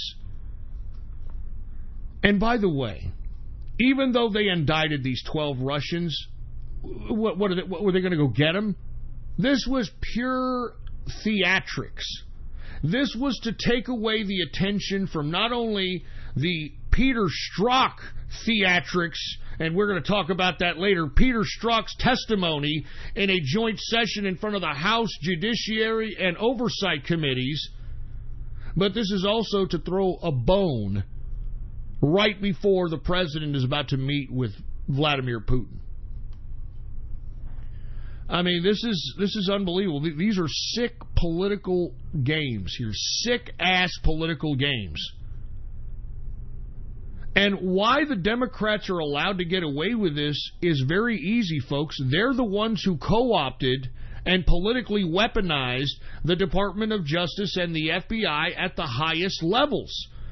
That's why Hillary Clinton has a different form of justice in which she can get off scot-free by hiding classified documents in a private email server that was compromised by foreign governments that was picked up by the FBI. I mean, we heard, and we're going to talk about Peter Strzok's testimony, we heard from Peter Strzok himself that yes, some of those classified documents that were on Hillary Clinton's private server were compromised by foreign governments that were not Russia. And we're going to talk about that.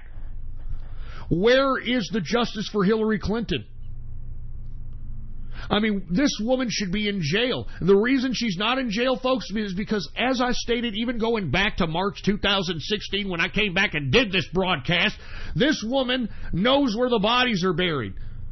She has the skeletons on everybody. That's why all these people have to do these unscrupulous things for her, because they're afraid she might unearth some skeletons about them, or they might get suicided or whatever.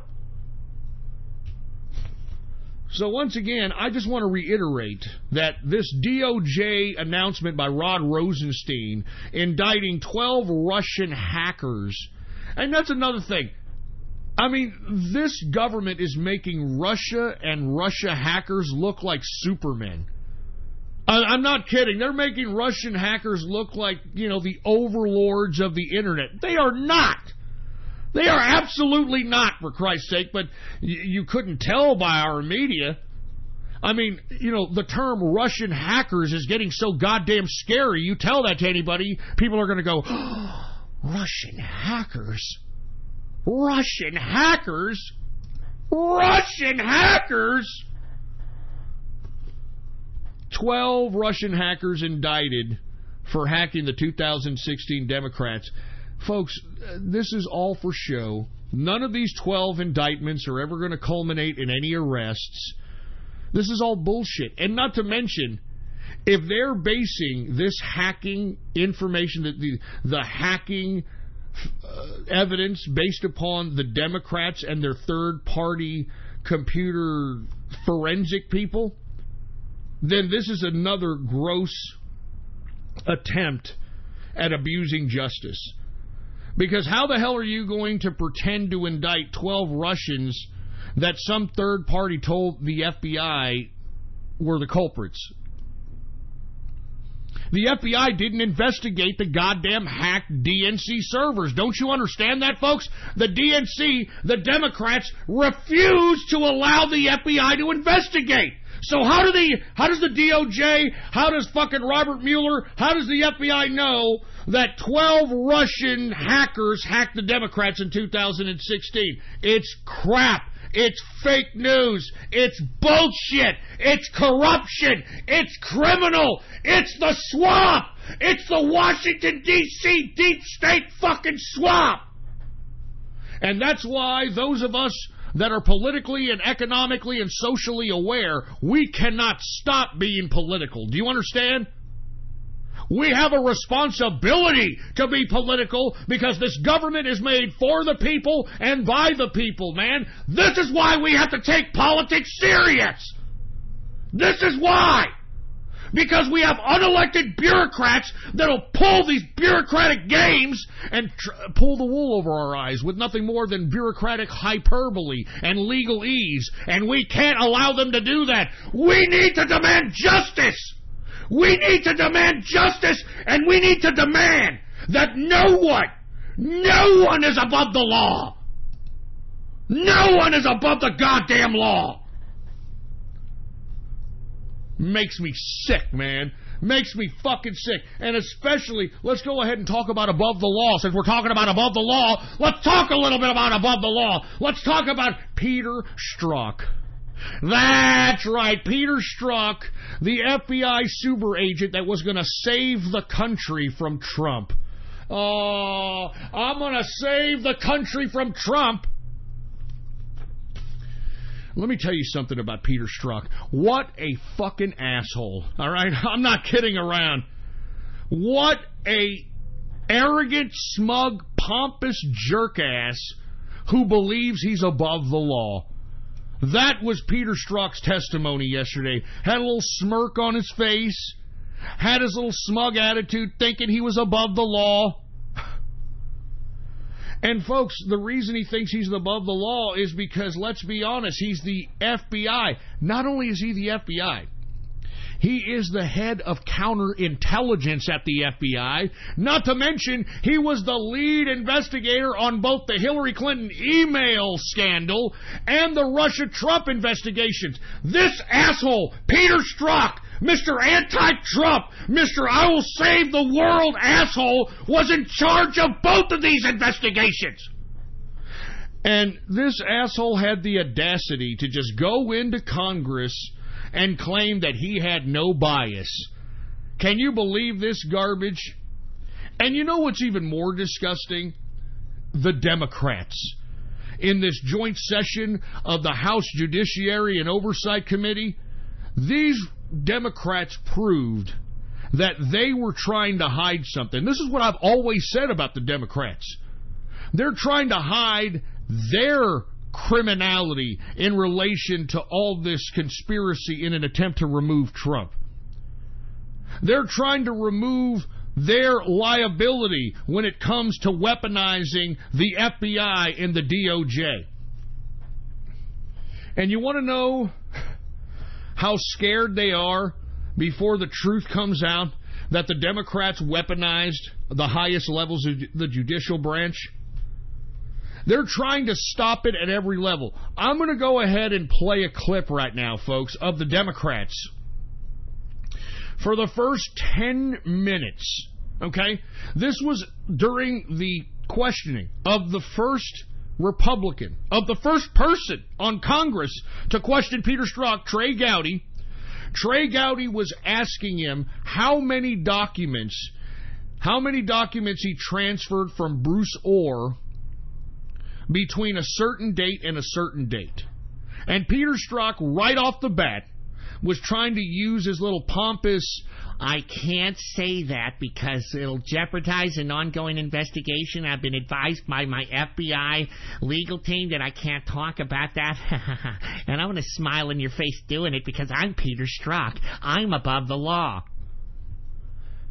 And Goodlate is the chair of the House Judiciary Committee. He had enough of this, and he was about to put Peter Strzok in contempt if he did not answer the question.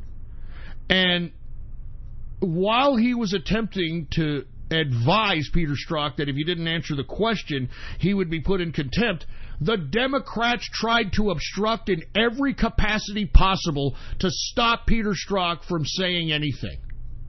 I mean, just listen. I want you all to listen. Does this sound like a guilty party to you? Does this sound like a party with something to hide to you? I want you to listen for almost 10 minutes. They try to obstruct and they try to prevent Peter Strzok from testifying. This is the Democrats here, folks. They're trying to protect criminals. That's why I keep telling each and every one of you, if you are a Democrat in 2018, you are pro-illegal immigrant and pro-criminal, because that's all you people argue for. That's all you people back up. That's all you people care about. Illegal immigrants and criminals. That's when you get the most emotional. That's when you go out on the TV for an illegal immigrant or a criminal. And I'm telling you, this 2018, if you vote Democrat, you're anti-American scum. There's no ifs, ands, or fucking buts about it. You're anti-American scum!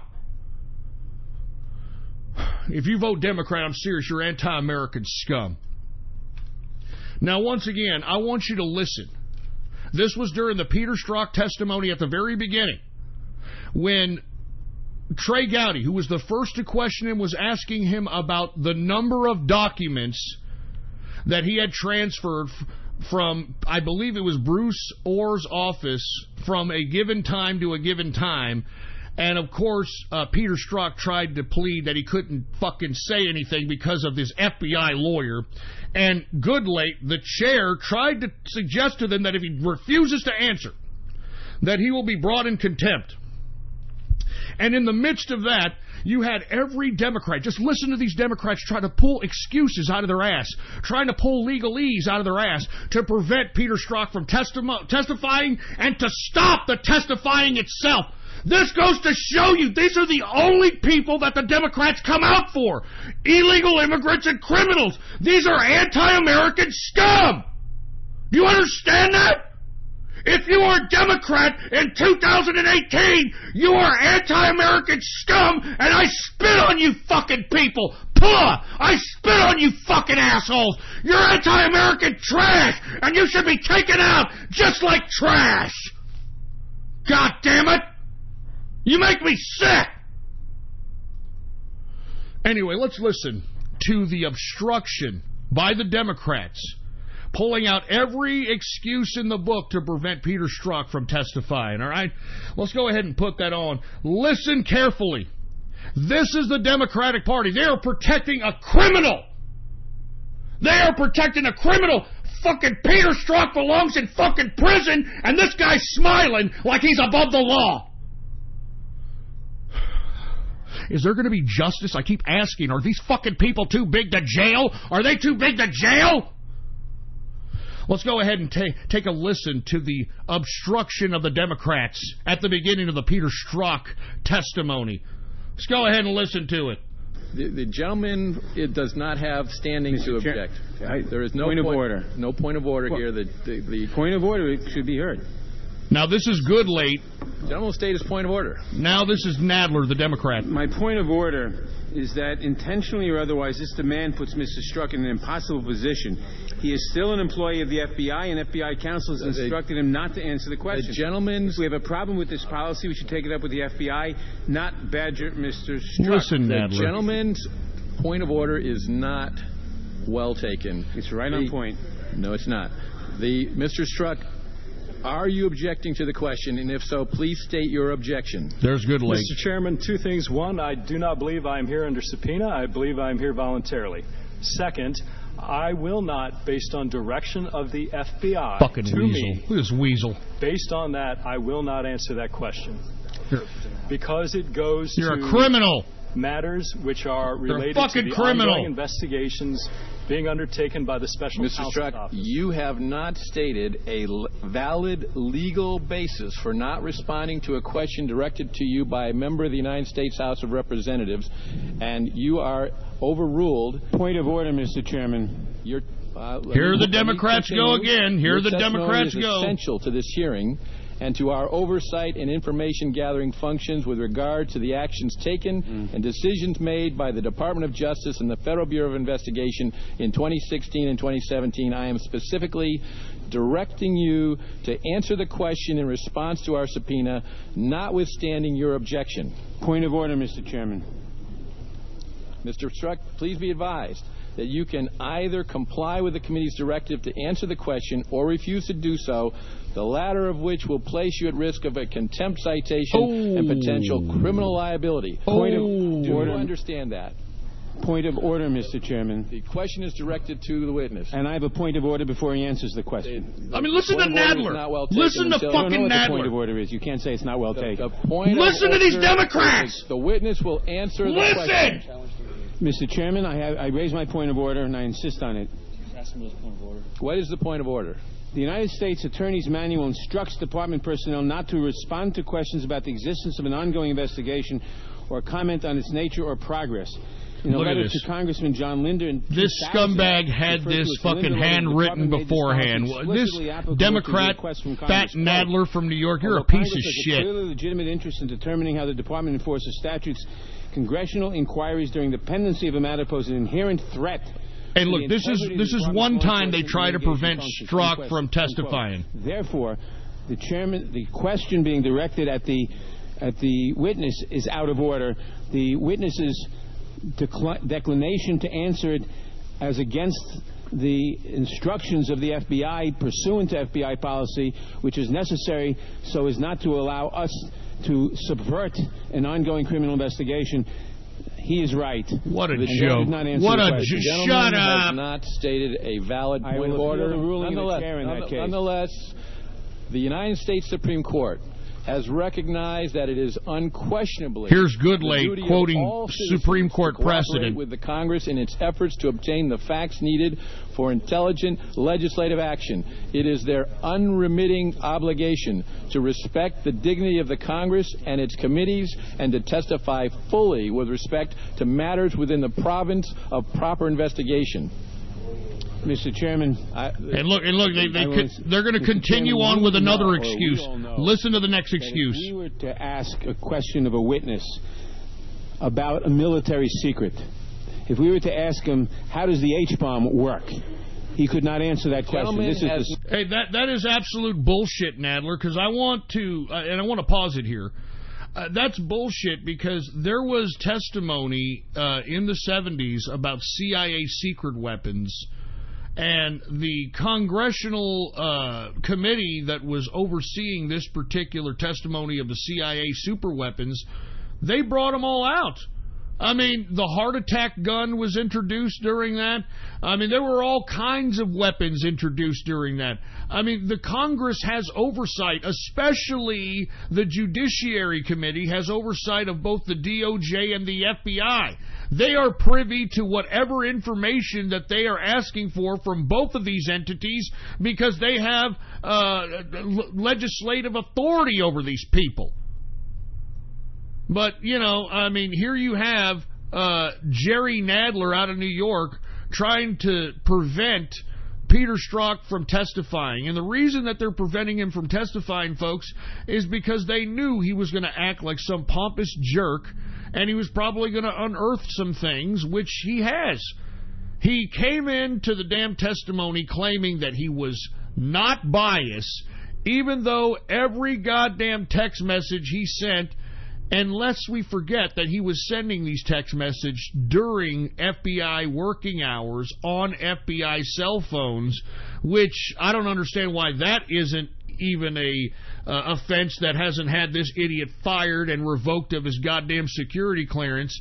But of course, folks, these people are above the law unless we start demanding it in mass, that we want people's heads to roll, that we want Peter Strzok in jail, that we want Lisa Page in jail, that we want James Comey in jail, and we want the investigation of Robert fucking Mueller. They're going to continue to pull the wool over our eyes with a bunch of bureaucratic hyperbole and a bunch of legalese.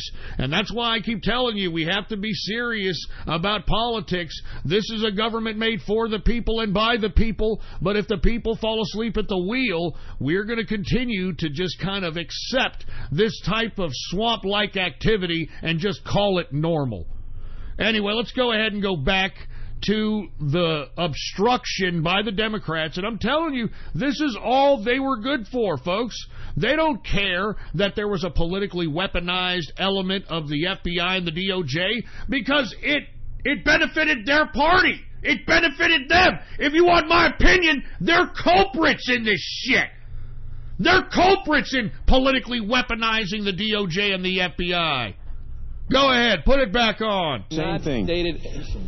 That is a classification issue, not an issue of whether or not this is a valid question for which... I appeal the ruling of the chair. Now, you see, he appeals the ruling because Goodlate said that is a classification situation, not what we're doing.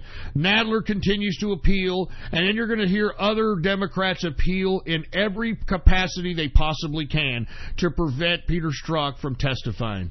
It's not a point of order. He has ruled that it's not a point of order. That is not a ruling. Mr. Strzok? Mr. Chairman, I insist on my point of order, and I insist on Mr. Strzok. appealing the ruling of the chair. Mr. Strzok, knowing the advice that Point I of order, have given Mr. you- Chairman. Point of order. I believe there's a point of order that's been raised, and you've ruled we have a right now to answer Mr. Nadler's. It is not a valid point of Look, order. these are the Democrats. This is Democrats for you. Listen to these guys. Mr. Chairman. Mr. Strzok. Mr. Chairman, I appeal the ruling of the chair that you have just made on that on whether the You have not stated a valid point of and order. that is your ruling, and I appeal it. That is not an appealable. Point of order. I Yes, it appeal is, the Mr. decision Chairman. that's Appealing not the ruling appealable. of the chair is exactly what he's requesting. He's appealing it. That requires a vote to either sustain it or overrule it. The gentleman from New York has not cited a rule of the House that is being violated. Therefore, it is not a point of order. That's I your appeal ruling. that He's ruling of the appealed chair. Mr. Chairman, This is Chairman, disgusting. is it not appropriate to also interject the And now listen to what this broad says. This Jackson broad. Now they've tried to rule a point of order. It's been overruled. They tried to suggest that it's a classification issue. It's overruled. Now you've got Jackson over here. She's gonna claim, what about client attorney privilege, baby? What about client attorney privilege, baby? Listen. the attorney-client privilege, which cannot be overridden, and is a rule of the House to the extent that witnesses have the right to an attorney-client privilege in this House. And that is, man, this is disgusting. This is fucking disgusting. How anyone can vote for these people is beyond me. I mean, listen to them trying their damnedest to prevent Peter Strzok from testifying so it doesn't make them and their party look like the criminals they are. is what this witness is asserting, attorney-client privilege, and he has been advised not to answer the question. The gentleman will suspend. The gentleman has not raised the attorney-client privilege. He has said that he's been instructed by the FBI not to answer the question. Now, by lawyers. He knows the advice I have just given him. If he would like, I'll restate it. And what I like about Goodlate, he said, look, I'm not taking this shit. Strzok, if you refuse to answer the question, I'm going to hold you in contempt. But knowing this, will you answer the committee's question as directed, or do you refuse to answer the committee's question? Point of parliamentary inquiry, the ruling of the Mr. chair. And here come the Democrats again. I mean, do you understand? This is all the Democrats are good for. They don't care about law-abiding American citizens. They only care about illegal immigrants and criminals. Look at their actions.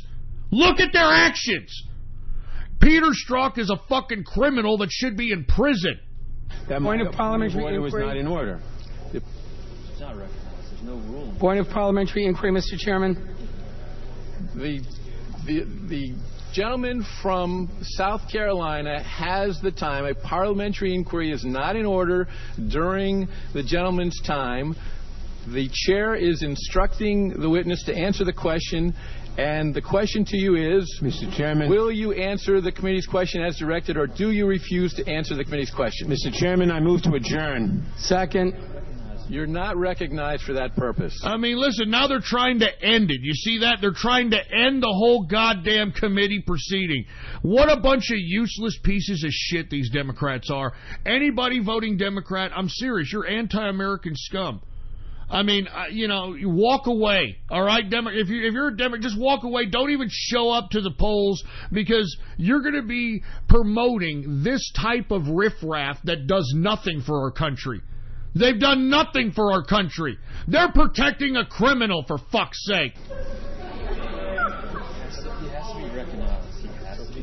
Mr. Chairman, I think you have no choice but to recognize such a motion. I do not have to. It's Mr. Gowdy's tone. Are we just going to make up rules as we go along? Shut up, Democrats. The motion is not in order during the time controlled by the gentleman from South Carolina. I appeal that ruling of the chair. Jesus. Mr. Strzok. These are Democrats! Will you Chairman, answer? I appeal your ruling of the chair that my motion to adjourn is not in order. The gentleman is not in order. That may be, but I appeal your ruling. The gentleman is not recognized. Just take back over your time and just fire away. Knowing this, will you answer the committee's question as directed, or do you refuse to answer the committee's question? Mr. Chairman, This little smug as you know, fucking counsel look. for the FBI has directed me not to answer questions about the ongoing investigation. As you also know, counsel for the FBI... This guy has a smug look on his face. He's smiling. And take a look at what Goodlate tells him. is sitting here behind me. May I consult with them? You may consult with your own counsel. But I may not consult with the FBI's counsel? Only with your own counsel. Mr. Chairman, there's no basis for that. He can consult with the FBI counsel. He's an FBI employee. The gentleman is not recognized. And the chairman is not being proper. The chairman is being proper. The witness can't be directed not to confer with his attorney. The FBI is not his attorney. His attorney is seated behind him. If he wishes, He's an employee of the FBI. He's already done. He may do so. And his attorney may consult with the FBI attorney?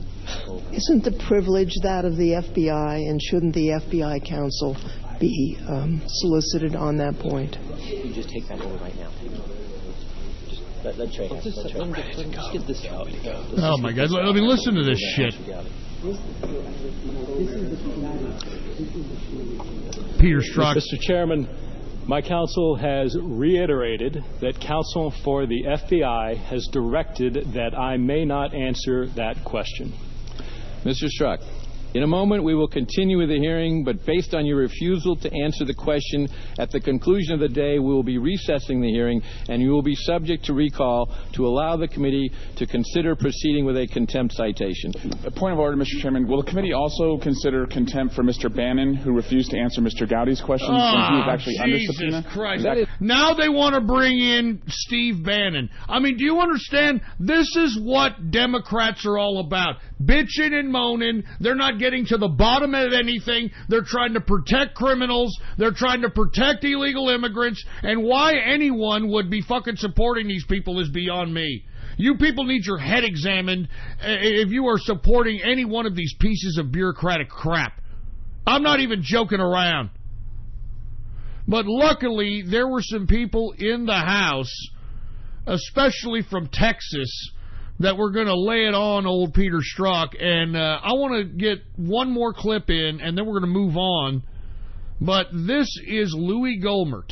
Louis Gohmert confronting Peter Strzok, and I think this was probably the sound clip of the whole goddamn testimony.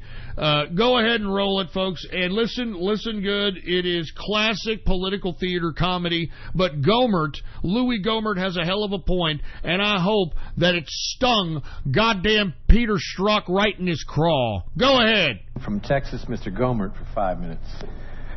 That would be right here, Sir Strzok. You said earlier in this hearing you were concerned about a hostile foreign power affecting our election. Do you recall the Intelligence Community Inspector General Chuck McCulloch having an investigation into an anomaly found on Hillary Clinton's emails? I do not. Well, let me refresh your recollection. The Intelligence Community Inspector General Chuck McCulloch sent his investigator, Frank Rucker, along with an ICIG attorney, Jeanette McMillan, to brief you and Dean Chappelle and 2 other FBI personnel that I won't name at this time about an anomaly they had found on Hillary Clinton's emails that were going to and from the private unauthorized server that you were supposed to be investigating. Now, do you remember it? I remember meeting Mr. Rucker on either 1 or 2 occasions. I do not remember the specific content or discussions. Well, I'll help you. Oh, I don't recall.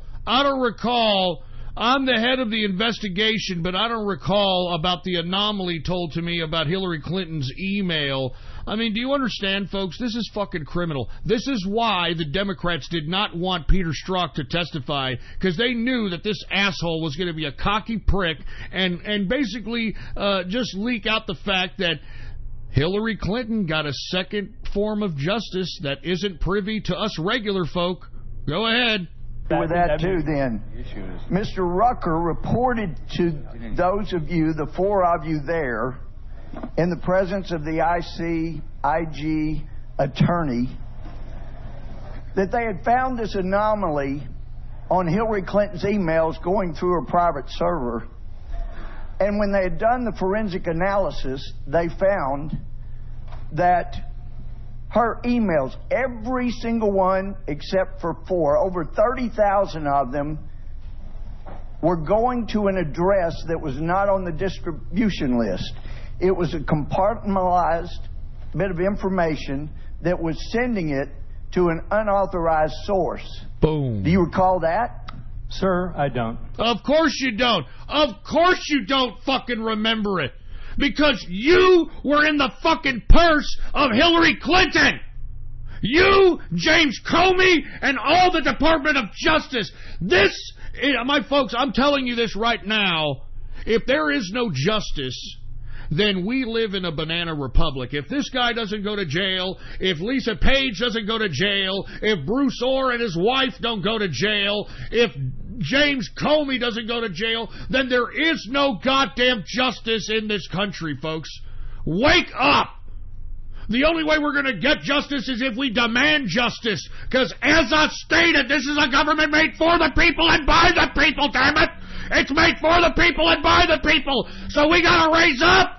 We got to raise up, for Christ's sake, and we got to demand justice! We got to demand justice from these evil fucking criminals that are supposed to be in charge of protecting us. That's what Peter Strzok was supposed to do. He was head of counterintelligence at the FBI. He was supposed to be protecting us. Yeah, he thought he was protecting us by trying to remove a duly elected president from office. I'm telling you, man, if this guy doesn't go to jail, then what kind of a fucking country are we living in? Keep going. Well, he went on to explain it, and you didn't say anything. No. You thanked him. You shook his hand. But the problem was that it was going to an unauthorized source that was a foreign entity unrelated to Russia. And from what you've said here, you did nothing more than nod and shake the man's hand when you didn't seem to be all that concerned about our national integrity of our election when it was involving Hillary Clinton. That is correct, Gomert. And I'm glad that you highlighted it, and that's why the Democrats wanted to stop Peter Strzok from testifying, because I'm telling you, anybody with a brain knows that Hillary Clinton got preferential treatment, special treatment from the FBI outside of anyone else in the United States. And if you don't believe that, you're a fucking idiot. Keep going. So, the forensic examination was done by the ICIG, and they can document that. But you were given that information and you did nothing with it. And one of the things I found most egregious with Mr. Horowitz's testimony, and by the way, Horowitz got a call 4 times by someone wanting to brief him, leaving messages telling him about this, and he never returned the call. He had 500 pages of bias that he gave us, and then he threw a bone to the Democrats and said, but we can't find bias. And let me tell you, when you have text messages, Mr. Strzok, the way you do, saying the things you did, you'd been better off coming in here and say, look, that was my bias. And you kind of get around to that a little bit when you say, hey, everybody's got political views. Those are called biases, and we all have them. And you have come in here and said, I have no bias. And you do it with a straight face. And I watched you in the private testimony you gave. And I told some of the other guys, he is really good. He's lying. He knows, we know he's lying. And he could probably pass a polygraph. It's amazing. Mr. Chairman. Here come the Democrats. You see, here come the Democrats because Gohmert is telling it how it is. Everybody knows he's lying, and the fucking Congress knows he's lying, but he's going to go in there with a straight face, with that smirk on his face. He is an asshole FBI bureaucrat, deep state jerk dick that thinks he's above the law. We can't allow this guy to go off scot-free. There has to be justice on Peter Strzok. This guy cannot believe that he's above the law. Keep going. No, this is my Mr. Chairman, I'm sorry. Point of order. This point of order. No. The gentleman will state his point of order. A member of this committee just asserted that this witness, who is under oath and a former agent of the FBI, lied. There is no evidence that. I ask him to withdraw it. I do not withdraw it. He is not a member of Congress. It's not a violation of the rule. And just as you have been expressing bias through your members about what a hero... There is not a single person on this committee who has ever characterized a witness gentleman from Rhode Island. Gentleman, it's my time. That's a disgrace. Gentleman from Rhode Island will suspend. No, the disgrace, what this man has done... The gentleman from Texas will suspend for a moment. There is the disgrace. And it won't be recaptured anytime soon because of the damage you've done to the justice system. And I've talked to FBI agents around the country. You've embarrassed them. You've embarrassed yourself. Man. And I can't help but wonder when I see you looking there with a little smirk, how many times did you look so innocent into your wife's eye and lie to her about it?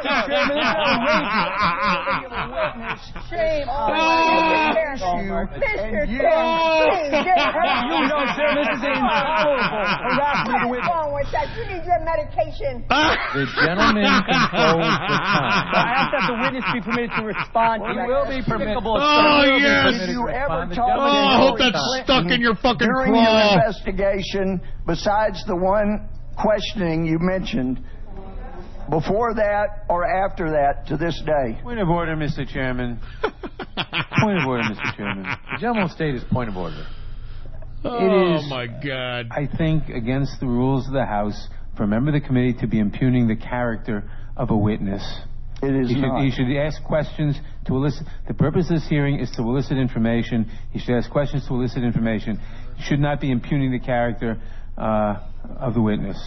The gentleman is advised the rules of the House only are directed to members of the House and the President of the United States. Therefore, in other words, it is okay to impugn the character of witnesses in any way whatsoever? Well, listen, I've heard many members on your side of the aisle impugn the character of somebody who is covered by the rules of the House. But the gentleman... The gentleman... Oh, the Democrats, they just don't want to face up to the fact that they break the rules, except when they don't want the rules to be broken. I fucking hate these people, man. Has 20 seconds left. The clock will be turned back on, and he can complete his time, and then the witness can respond. So, if you talk to Hillary Clinton, other than the time she was examined in front of the witnesses? No. So after throwing away what you have with all the bias you have, you've never even gotten a thank you. I yield back. The gentleman may respond. Sir, well, that's quite a set of statements. Mr. Chairman, I did not finish with a question. The gentleman... There was no question asked. Chairman, he's been given the opportunity to respond. The gentleman will suspend. The time of the gentleman has expired, and as I've indicated the rules earlier, of our hearings are if there is a question asked during the time, the witness may respond to the question after the time. The witness is going to be allowed to respond briefly. That's a new rule. Sir, first, I assure no you, question. Look at this smug asshole. Look at this smug asshole. Hold on, I actually messed up the. Here, I got out of time code here. All right, we're back. I want you to listen just to how pompous, arrogant, and above the law that this fucking Peter Strzok sounds like in response to Gohmert. I mean, just listen to this guy. Man, this is the guy who was in charge of the Hillary Clinton email investigation and the Russia-Trump investigation. And he has the audacity to come in here with all those texts and all these emails and claim that he's not biased. What a fucking piece of garbage. As I spoke also during my interview a week or two ago, I have always told the truth. The fact that you would accuse me otherwise, the fact that you would question whether or not that was the sort of look I would engage with in a family member who I have acknowledged hurting, goes more to a discussion about your character and what you stand for. It goes about your character. You see, I knew it stuck in your craw, Strzok, you piece of crap. And just the thing, these are the guys that are hired by the FBI to protect us. We need to disband the FBI. The FBI isn't protecting anybody but themselves. I want to be completely honest with you, folks. The FBI has done nothing. It does nothing but ruin people's lives. I mean, where the hell were they on 9/11/2001? I mean, even Robert Mueller, who was the FBI director at the time, said that, oops, I made a couple of mistakes. I mean, when are we going to hold these goddamn bureaucrats responsible, since their job is to protect America? I mean, you can't get away with this type of incompetence in the private sector. You can't. So, once again, let's go ahead and listen to Peter Strzok once again. This is about a minute, 48 seconds of him being a pompous jerk, thinking he's above the law, and he's sitting here trying to insult Gohmert, even though he is the asshole with the improprieties. He is the ass clown with the text, and he's the asshole with the bias. Is going inside you. It's to your credibility, and you lost your credibility. You've lost your credibility. While I doubt it plays well The gentleman from Texas will suspend. The witness has had ample opportunity to express his feelings about that, and now the chair recognizes... Mr. Chairman, there is a discussion about the representative's first assertion about what the ICIG said that I would like to respond to. Very briefly. Very briefly. I have no recollection of that conversation. Of course you don't. I can tell you I am not a computer forensic expert. I can tell you here come the allegation that we had. I'm not a computer special. I'm not a computer expert. Are you kidding me? That's somebody else's job. I'm a bureaucrat. I'm the head. I'm not supposed to know about this stuff. I don't recall. CIG was a great and close partner. Every allegation that we had, whether from them or anybody else, was forwarded to experts who looked at it. The scores and scores of servers and BlackBerries and emails and everything we got were combed over carefully by the FBI's experts to see if there's any indicia of injury. But you don't recall going over those emails, correct? Gentlemen, I have no idea what you're talking about, and frankly, the witness will suspend as well. I do not know what you're talking about. That is enough. What a lying piece of crap. All right, I've had enough of fucking Peter Strzok. I hope he burns in fucking hell. All right? Anyway, we are now well into the third and final hour of the True Capitalist Radio broadcast. And, of course, I am your host, the man they call Ghost. And once again, I want to thank you very much for tuning in with me. Before we get started on anything else, I'd like to remind everybody to please spread this show link around like wildfire and let everybody know that True Capitalist Radio is in effect and in the house. And we are live every Monday, Wednesday, and Friday, 6:30 p.m. Central Standard Time, right here on the official website of the True Capitalist Radio broadcast. And it is, all right, that's all you got to do. Type this in your browser, ghost.report. All right, it's as simple as that. If you're listening to this broadcast, you're listening to the underground. Go ahead, type it in your browser, add it to your bookmarks, add it to your favorites, ghost.report. All right, and by the way, let's go ahead and let everybody know out there. I want to let everybody know out there that we are selling our, or yours truly is selling his autograph. All right. You can go to my Gab account right now, Politics Ghost, all one word, no underscores, and scroll down to the post that states how to purchase a Ghost autograph. All you got to do is click on that link right there, gab.ai/tv/watch/18436. Click on that link, listen to the video, and just follow the instructions, and I will send you I'll send you an autograph. Maybe I'll send you an autograph of yours truly. I want to give props to the Pet Mexican. The Pet Mexican is in the house. He bought an autograph. What's going on to the Pet Mexican? Once again, by purchasing an autograph, not only are you supporting the show, but you're also supporting Gab, folks, which is an independent social media operation that is completely separate from the Silicon Valley oligarchs. Okay, so you'll be killing like 80 birds with one stone there. And by the way, if you want to be a part of the True Capitalist Radio chat room, and I'm telling you right now, we're gonna talk about QAnon being exposed here in just a second. But we actually called QAnon, and everybody that was in True Capitalist Radio chat room was a witness. It was a glorious evening, for Christ's sake. Everybody had a good time. Everybody who was in the True Capitalist Radio chat room was witnessing fucking internet history, putting an end to this whole QAnon scam, all right? To this whole QAnon scam. But if you want to be a part and listen to the types of internet tomfoolery that we get into in the True Capitalist Radio chat room, well then come on down, man. Join the True Capitalist Radio chat room. Join the True Capitalist Radio chat room. It's very easy. Listen, this is how you join it, all right? Go to my Gab right now. Go to my Gab, Politics Ghost, all one word, no underscores, Politics Ghost, and hit the subscribe button for premium content, baby, all right? Hit the subscribe button for premium content, and once you do, go ahead and private message me on Gab and let me know your Discord chat name.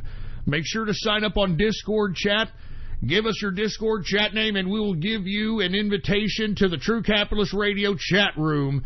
It's that damn simple. I mean, you've got to be in the True Capitalist Radio chat room, baby. We're doing all kinds of things in there, baby. And if you would have been in there, you would have listened to us expose QAnon. So let's go ahead and talk about that, folks. Let's talk a little bit about QAnon here. Now that we're going to talk about the infamous QAnon, for you folks that are unaware of who this guy is, QAnon is apparently, and this is according to everybody who writes about this, is supposedly a military intelligence officer who supposedly tapped Donald Trump to be president to prevent a coup d'etat. And supposedly QAnon is like right next to the president all the damn time, to the point in which he's directing the president what to do, like he's a fucking Manchurian candidate or something, okay? Now, who is QAnon? What is QAnon? QAnon is this military operations guy, or this military intelligence guy, who's next to Trump, who, for whatever reason, decides to go on 8chan and 4chan boards and putting these really ambiguous, loose language, abstract posts about things that are possibly going to happen or are going to happen. And believe it or not, folks, you've got so many people believing in these QAnon posts. I mean, I could only compare it to the Nostradamus hysteria. Have y'all ever read Nostradamus? I mean, he writes 4 lines of crap, and supposedly it's supposed to mean that he predicted something in history. And the way Nostradamus writes his 4-liners, it's, once again, abstract, loose, ambiguous language that could have a million interpretations. That's exactly how QAnon posts his posts on both the 8chan and 4chan boards. Now, what we have found out, folks, through a capitalist army investigation, and listen, this is independent journalism right here at its finest, we have found that QAnon and the original poster of QAnon is a 31-year-old furry, I'm not kidding you folks, he's a furry, a 31-year-old furry homosexual poet who is inspired by cartoons. His name, I'm going to go ahead and expose his name because there is general interest into finding out who this person is, why they're doing what they're doing, etc. We have gathered that the individual who is posting the post as QAnon is a man by the name of Dustin Krieger, 31 years old. Now, how did we get Dustin Krieger? Well, 0 Hour, an infamous hacker and he's part of the Trump train, a right-winger on Twitter and other social media, forwarded us some information in which we investigated and found out that Mr. Krieger is QAnon. Now, let me explain to you what this means and how Krieger was able to do this. Now, from our investigations, Dustin Krieger, he hangs out in a Discord chat and in a forum post in which he has about 20 to maybe 25 very close people that are aiding in this QAnon scam. Now, 0 Hour was able to penetrate this particular group and was able to find out the information eventually exposing QAnon. But this group, they brainstorm. It's like a think tank of QAnon. Meaning that, and this is what 0 Hour said in his Periscope, he said that this group likes to talk about tomorrow and what's going to happen in a week and what's going to happen in a month. And this brainstorming, this think tank of thinking things into the future and correlating it with current events is what it's what aided Krieger into posting these QAnon posts. And once they would post these QAnon posts on 8chan and 4chan, the guys and girls that were around Krieger in this Discord chat and in this forum post would all independently go out and promote QAnon in all the free social media outlets, the YouTubes, the Twitters, the Facebooks, and they're the ones that were helping propagate this legend, this idea of QAnon. And because you had Dustin doing the abstract language, ambiguous words, a million interpretation type posts, he was aided by this think tank.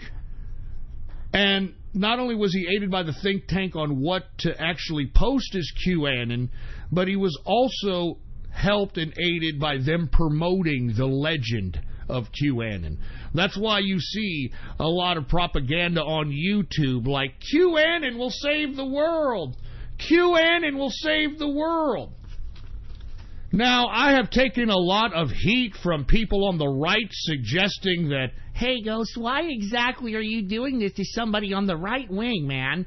I mean, so what if he's a 31-year-old furry homosexual poet who was inspired by cartoons? So what, dude? I mean, he's bringing people to the movement. He's bringing people to pro-Trump. You fucking idiots. If you want my opinion, first of all, let's just take your argument for a second, okay?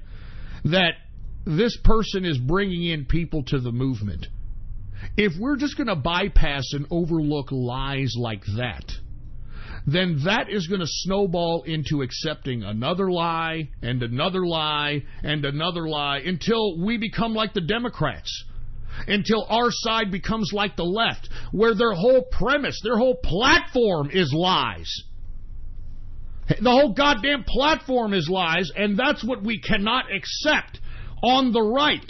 We cannot accept lies like this, even if they are supposedly aiding the movement. Because that's what leftists do. We're not leftists. We're not leftists. We're not fucking leftists.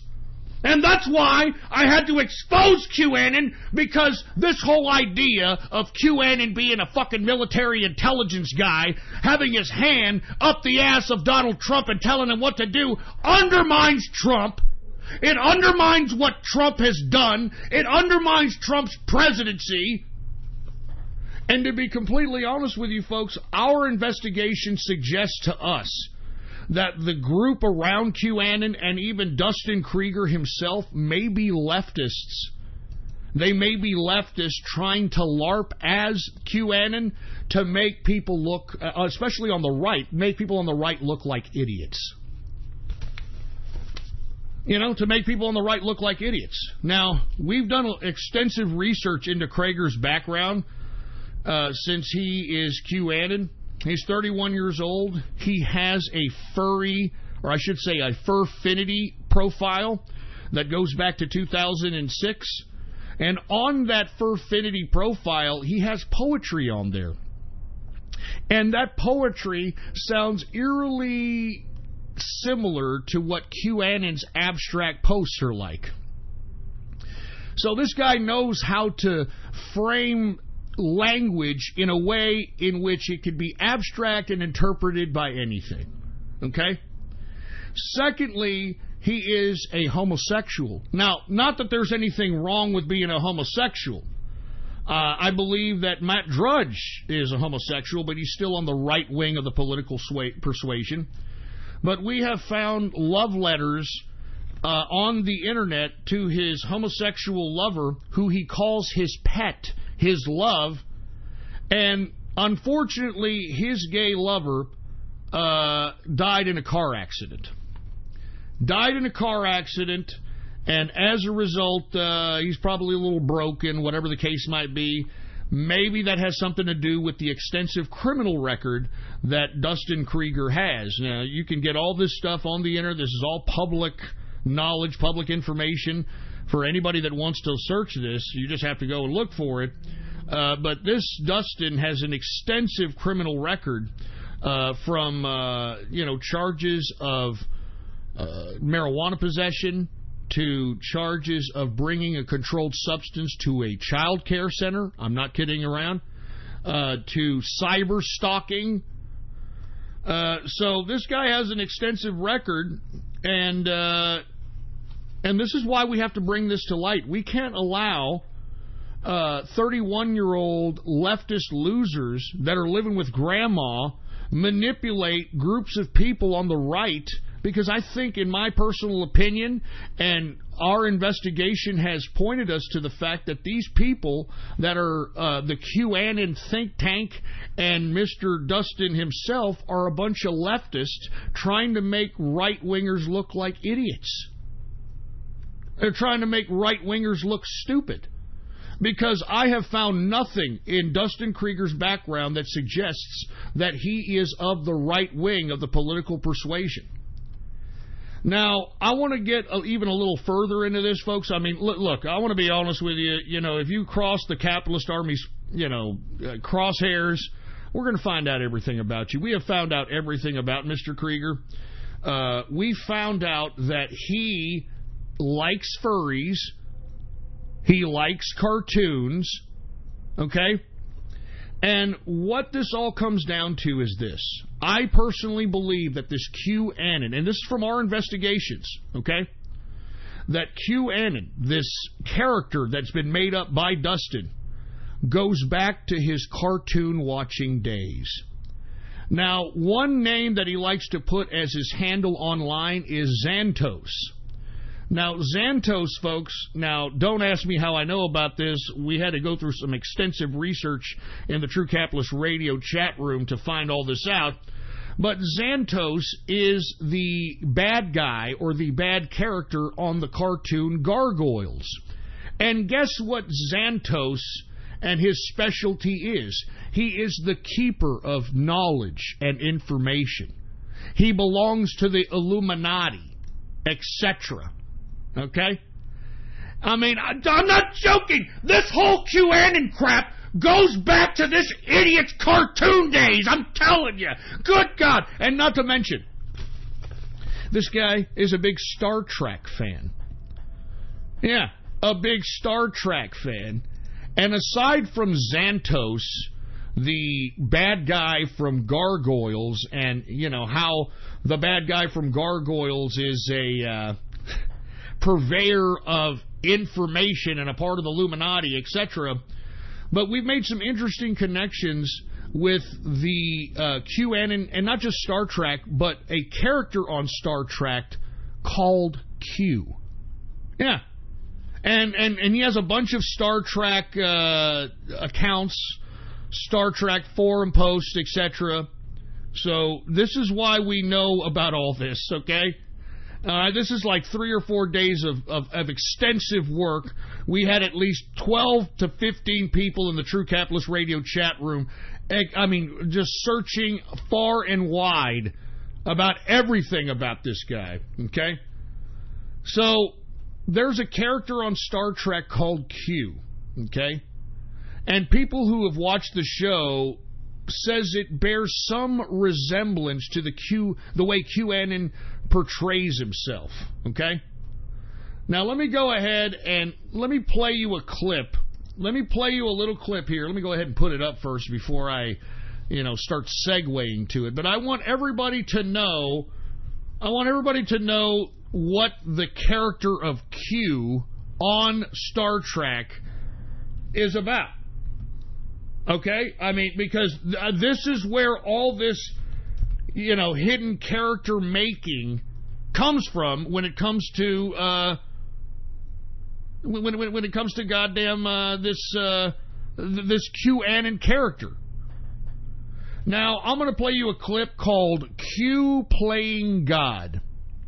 Q Playing God. Because this is what this character was. Apparently, he was a godlike character that had all the information in the universe, etc. Once again, going back to, I've got all the information. I'm the purveyor of information. I know everything. Yeah! Here, go ahead and play it. Here is a clip. It's called Q Playing God from Star Trek. Go ahead.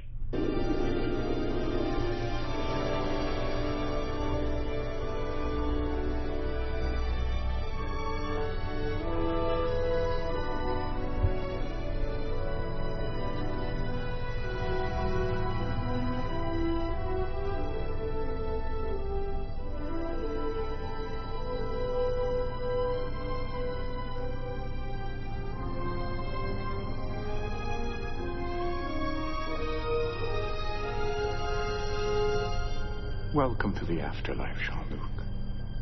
You're dead.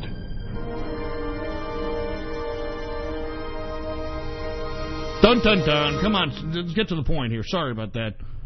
Fucking Trekkies. Q, what is going on? I told you. You're dead. This is the afterlife. And I'm God. You are not God. Blasphemy. You're lucky I don't cast you out or smite you or something. The bottom line is, your life ended about 5 minutes ago under the inept ministrations of Dr. Beverly Crusher. No. I am not dead. Because I refuse to believe that the afterlife is run by you. The universe is not so badly designed. Very well. If you really require more evidence of your post-mortem status, I guess I'll just have to provide you some. John. Anyway, that was a clip of Q. All right, I thought it was going to be a little bit more extensive than that, for Christ's sake. But listen, this Q character, the Xantos character, I mean, these characters all fall in line with what the hell this idiot Dustin, a.k.a. QAnon, thinks he is. I mean, he's a Trekkie. He likes furries. You know what I'm saying? He likes Xantos. Let me read you what the fictional character Q is, okay? Q is a fictional character as well as the name of a race on Star Trek, appearing in the Next Generation, Deep Space Nine, and Voyager series, as well as related media. The most familiar Q is portrayed... Okay, yeah, we get it. Let's just... What is his powers? What does he do here, all right? All right, yeah, Q past is expanded on the trilogy, the Q Continuum, which has Q and Picard traveling through Q's past, witnessing Q's first encounter with the being that inspired his interest in testing other races. This being, known as Zero, is similar to Q in his abilities, but whereas Q has been shown to be more of a merry prankster, you see that? Merry prankster? He's a prankster. Throughout Star Trek canon, Zero is malevolent in his desires. Q ends up bringing him into the Milky Way galaxy through the Guardian Forever, and Zero assembles other seemingly omnipotent beings from the original Star Trek, including the One, the being who impersonated God in Star Trek V, Final Frontier. This group was later defeated. I mean, listen, you get it. He's a fucking prankster, okay? Fucking hate Star Trek. Hate all this crap. Hate all this dork crap.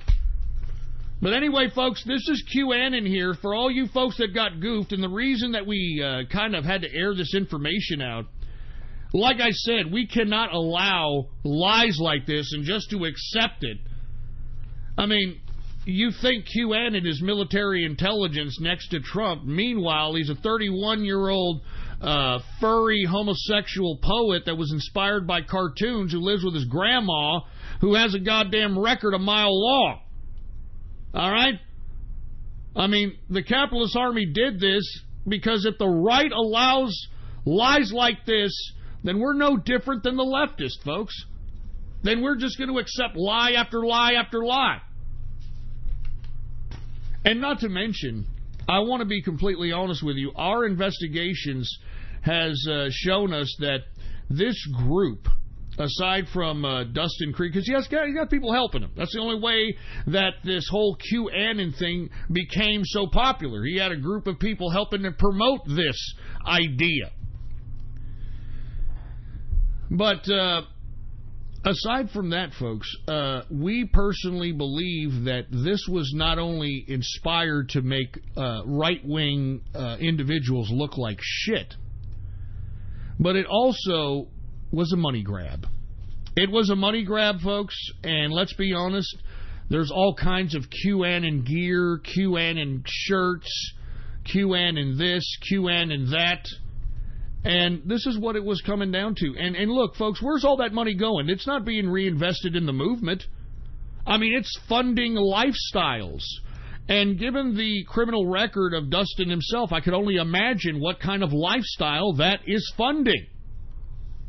And by the way, folks, on one of QAnon Dustin's profiles, he admitted to being a gay stripper as well. So this QAnon, has had a hell of a life. 31 years old. A furry homosexual poet who was inspired by cartoons. This is what has to be aired out. I mean, it has to be aired out. We cannot allow this to continue to go on. And I'm glad we did it. But you know what? We tried to let everybody know that QAnon was a fraud yesterday. And as a result, guess what? People aren't believing it. And you see, this is what's dangerous about accepting white lies like this. Because do you see how people aren't believing that, no, it's not true. QAnon, no, it's not true. He's military intelligence. He's next to Trump. He's going to save the world. I don't know what you're talking about. You see how dangerous that is? These people are like leftists at this point. The lie has overtaken them to the point when the truth is in front of them, they're not going to believe it. Just like a leftist. And this is what's so dangerous about allowing people like this, who obviously don't have the same political intentions that they're trying to portray. They're doing it for other nefarious reasons. And so what? Like I said, so what if QAnon is bringing people into the movement? So what if he's, inspiring other people on the Trump train? He is making them no different than leftists. We can't deal in fantasy. We have to deal in reality, for Christ's sake. Now, it'd be one thing if QAnon was doxxed, okay, and he was some ex-military guy like what's his name? The Jester. We know the Jester is ex-military. We know that he, works for the feds, etc. It'd be one thing, if he was one of these guys. It's another thing for him to be a 31-year-old nobody who's got a criminal record a mile long, who lives with grandma, who's a furry homosexual poet who was inspired by cartoons. There's something wrong with that. Do you understand that? There's something wrong with this shit. And I think that even though I'm exposing the truth, which is nothing more than a humongous, lie that was propagated by a group of people, The people that have accepted this lie refuse to accept the truth. And that is what is so dangerous about allowing people like QAnon to exist. Because as I suggested, folks, through our investigation, we feel that these people are all leftists trying to make us look stupid. I mean, that's our opinion. That's our assessment. I mean, especially looking into Dustin Krieger's background, there is no evidence of this guy being anything right-wing. If anything, this guy, he likes to draw art. He's furry. He likes poetry. He likes, he had a homosexual lover for a long time. All kinds of stuff. And that's completely contradictory from QAnon, who he's trying to portray. Look, folks, God forbid, people find out who I am. If you find out who I am, folks, I guarantee you I don't live with mommy and daddy, okay? I'm a fucking capitalist. All right? I'm not out here fucking living like a closet commie, a closet fucking leftist, and doing all this bullshit out here while portraying myself as a capitalist. I'm a fucking capitalist! I mean what I say, and I say what I mean! But by God, this fucking QAnon crap, in my opinion, is a big money-making scam, and aside from making money, in my opinion, they're trying to make us on the right look as idiotic as them on the left. Enough of QAnon, all right? Enough! We called this bastard Krieger because his initial number was obviously put off the hook. He knew his cover was blown, so he put his number off the hook. So we called his grandma, and we called her, somewhat late at night. We didn't know whether or not we were going to be able to talk to the guy or not. We call him up. Grandma wakes up. Hello? And I go, can I speak to Dustin, please? And she goes, you know what time it is tonight? And I go, I apologize, ma'am. Can you just please talk to Dustin? It's about QAnon. Can you tell him it's about QAnon? She's like, all right, hold on. And she kind of goes and gets Dustin on the phone. Dustin, you got a crazy man on the phone. So she gives the phone to Dustin. Dustin gets on. Hello? And I go, hey, what's going on, Dustin? How you doing? Hey, what's going on, troll? How you doing? He says. And I just straight up ask him, are you QAnon? Are you QAnon? And he goes, it's QAnon. I'm calling the cops. And then hangs up the phone. 15 minutes later, we called this son of a bitch back. He already changed his number. He already changed his fucking number. So look, enough of the QAnon. And by the way, haven't you noticed QAnon has been rather quiet as of late? He's kind of taking a little bit of a vacation, huh? He's going to take a fucking permanent vacation. I'll tell you that right damn now. Long live the capitalist army, baby. You understand that? Long live the capitalist army. Oh, man. And let me tell you, for you people that are mad at me for exposing QAnon, don't be mad at me. Be mad at your idiot selves for believing this crap. Be mad at your moronic selves for believing nothing more than abstract bullshit verses on fucking 8chan and 4chan sites, okay? Blame your fucking idiot selves. Don't blame me. I'm trying to help you. I'm trying to prevent you from looking like idiots. That's what I'm trying to do by showing QAnon is a fucking fraud. QAnon is a fucking fraud. I should be getting a fucking medal for exposing this piece of shit. He's a fucking fraud. This whole QAnon bullshit was a fucking scam. It was a money-making scam, and it was done by a goddamn furry homosexual poet who was inspired by fucking cartoons. I mean, welcome to the fucking internet, folks. Welcome to the sick, twisted, fucking faggy internet, for Christ's sake. Jesus Christ. Don't get mad at me. Don't get mad at the capitalist army. All right, we're exposing the fucking truth! The truth! That's what we're exposing, damn it! The truth! Son of a bitch. Anyway, I'm going to move on from this subject, but I want all of you to know that, folks, this person, Dustin Krieger, he has yet to deny that he is QAnon. He has yet to deny. He has messaged me many times on Gab. He's threatening to call the cops on me. I said, go ahead. The cops don't give a shit because they don't. And then when he realized the cops don't give a shit, he's like, well, you're in the crosshairs of Annon's now, Ghost. You're in the crosshairs of QAnon's army. Oh, yeah? You know how many fucking times people have told me that they're going to take me out and, oh, you're being sought after by this.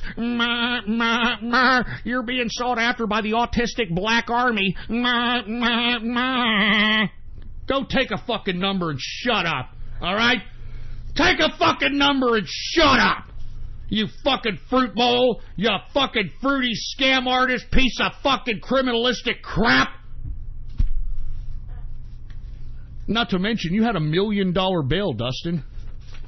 Must have had some pretty hardcore narcotics at that little, child care center, in my opinion. I don't know. Who knows? Anyway, that's it for QAnon, all right? That's it for QAnon. And you that are listening to the sound of my voice, if you know some idiot who is following this goddamn QAnon, slap him in the goddamn face a couple of times and say, wake up! Wake up! QAnon is a bunch of faggots! QAnon is a group of faggots! So anyway, let me move on to another fucking subject matter, for Christ's sake, man. We're running out of time here. I want to talk a little bit about this socialist Puerto Rican slutbag that's out of New York, Alexandria Ocasio-Cortez, you know, the socialist broad. I'm a woman from the block. I'm a girl from the Bronx. I'm a girl from the Bronx, bitch. And meanwhile, she grew up in Westchester, and, average median income was about $100,000, and, et cetera. She grew up in like an affluent little pipsqueak fucking spoiled brat. Well, guess what? Socialist Alexandria Ocasio-Cortez, Miss Socialist, with her bug eyes and her buck teeth, she's finally getting a little bit of a glimpse of what politics is like, okay? Hey, Alexandria Ocasio-Cortez, it doesn't matter if you go down and you get all the Puerto Ricans to vote for you in the primary. It doesn't matter. This is politics, man. This is politics. Do you know what's happening in this New York district? Well, the man that she beat out in the Democratic primary, Joe Crowley. Joe Crowley, from what I'm understanding, he is a 9-time incumbent in this district for the Democrats. 9-time incumbent. 9-time incumbent. And he was taken out in the primary by Ocasio-Cortez, the open socialist. Now, what Ocasio-Cortez is realizing, that the Democrats, they don't like outsiders. Just go ask Bernie Sanders.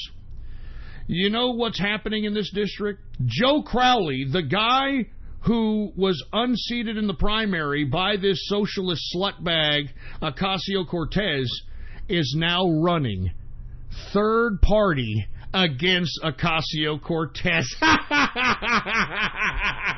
He's going to run a third party. He's like, look, you socialist bitch, you're not going to fucking unelect me. I'm 9 terms in this son of a bitch. You understand that? Just because you had you and your fucking Puerto Rican family go out and vote for you in the primary doesn't mean that Joe Crowley is going to go quietly in that good night. Yes! Yes, I love when Democrats eat each other, for Christ's sake. Yes! That's right, folks. The socialist slonghead sucking slutbag, Alexandria Ocasio-Cortez, out of New York, the girl from the Bronx, man, the socialist girl from the Bronx. She gets a third-party challenger Joe Crowley, the guy she beat in the Democratic primary. I mean, you can't make this up. And you know what? Go Joe Crowley. Go Joe Crowley. Go out there and shove it right down that buck-toothed, bug-eyed bitch's Puerto Rican throat.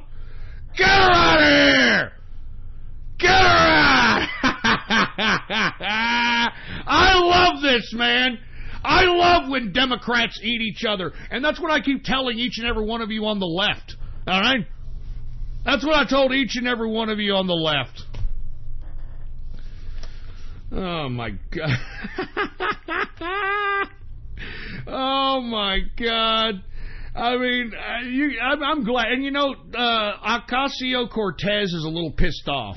She was on Twitter, and she was like, Orale, Boricua, I can't believe you're going to do this. You stabbed me in the back, Joe Crowley. Joe Crowley, you told me you were going to shake my hand and you were going to support me as a Democrat candidate. And now you're going to go third party. I don't like it. You're going to ruin my socialist dreams, man. You're going to ruin my socialist Puerto Rican dreams, man.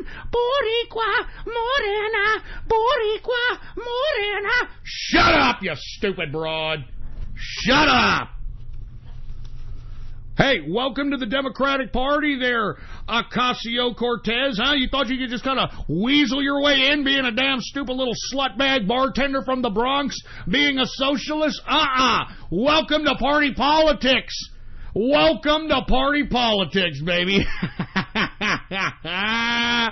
Oh, man.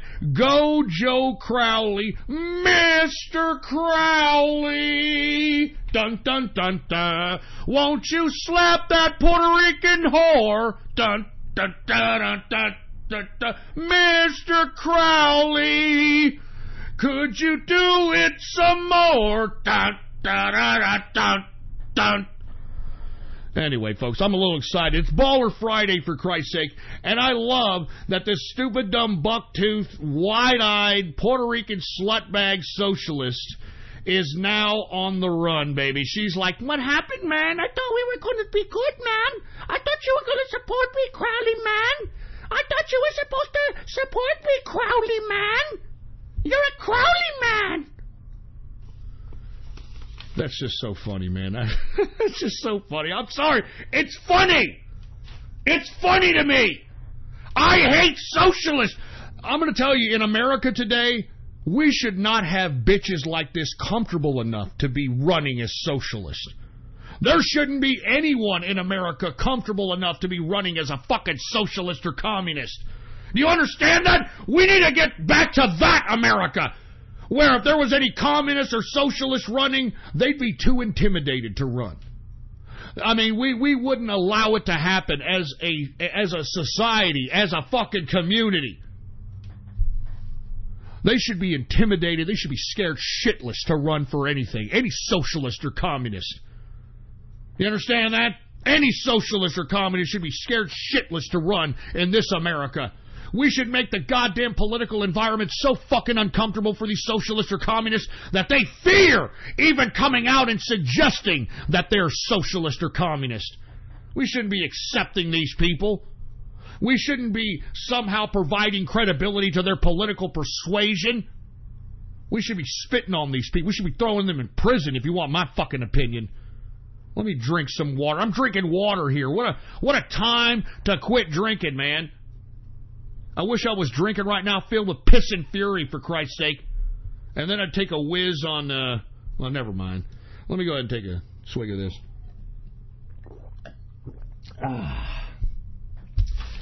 Anyway, let me move on to the next subject, all right? This is the last subject I'm going to talk about because we're almost out of time here. I want to talk about Pompeo goes down to Mexico to talk to President AMLO. That's right, folks. Pompeo right now, if he's not already in Mexico, he is in the air to Mexico. He is going down to Mexico to talk to President AMLO. Now, folks, even though President AMLO is a leftist, a supposed leftist, it has been said that he is somewhat positive on keeping industries private. He's not going to just come in and be some tyrant dictator of a communist and nationalize everything.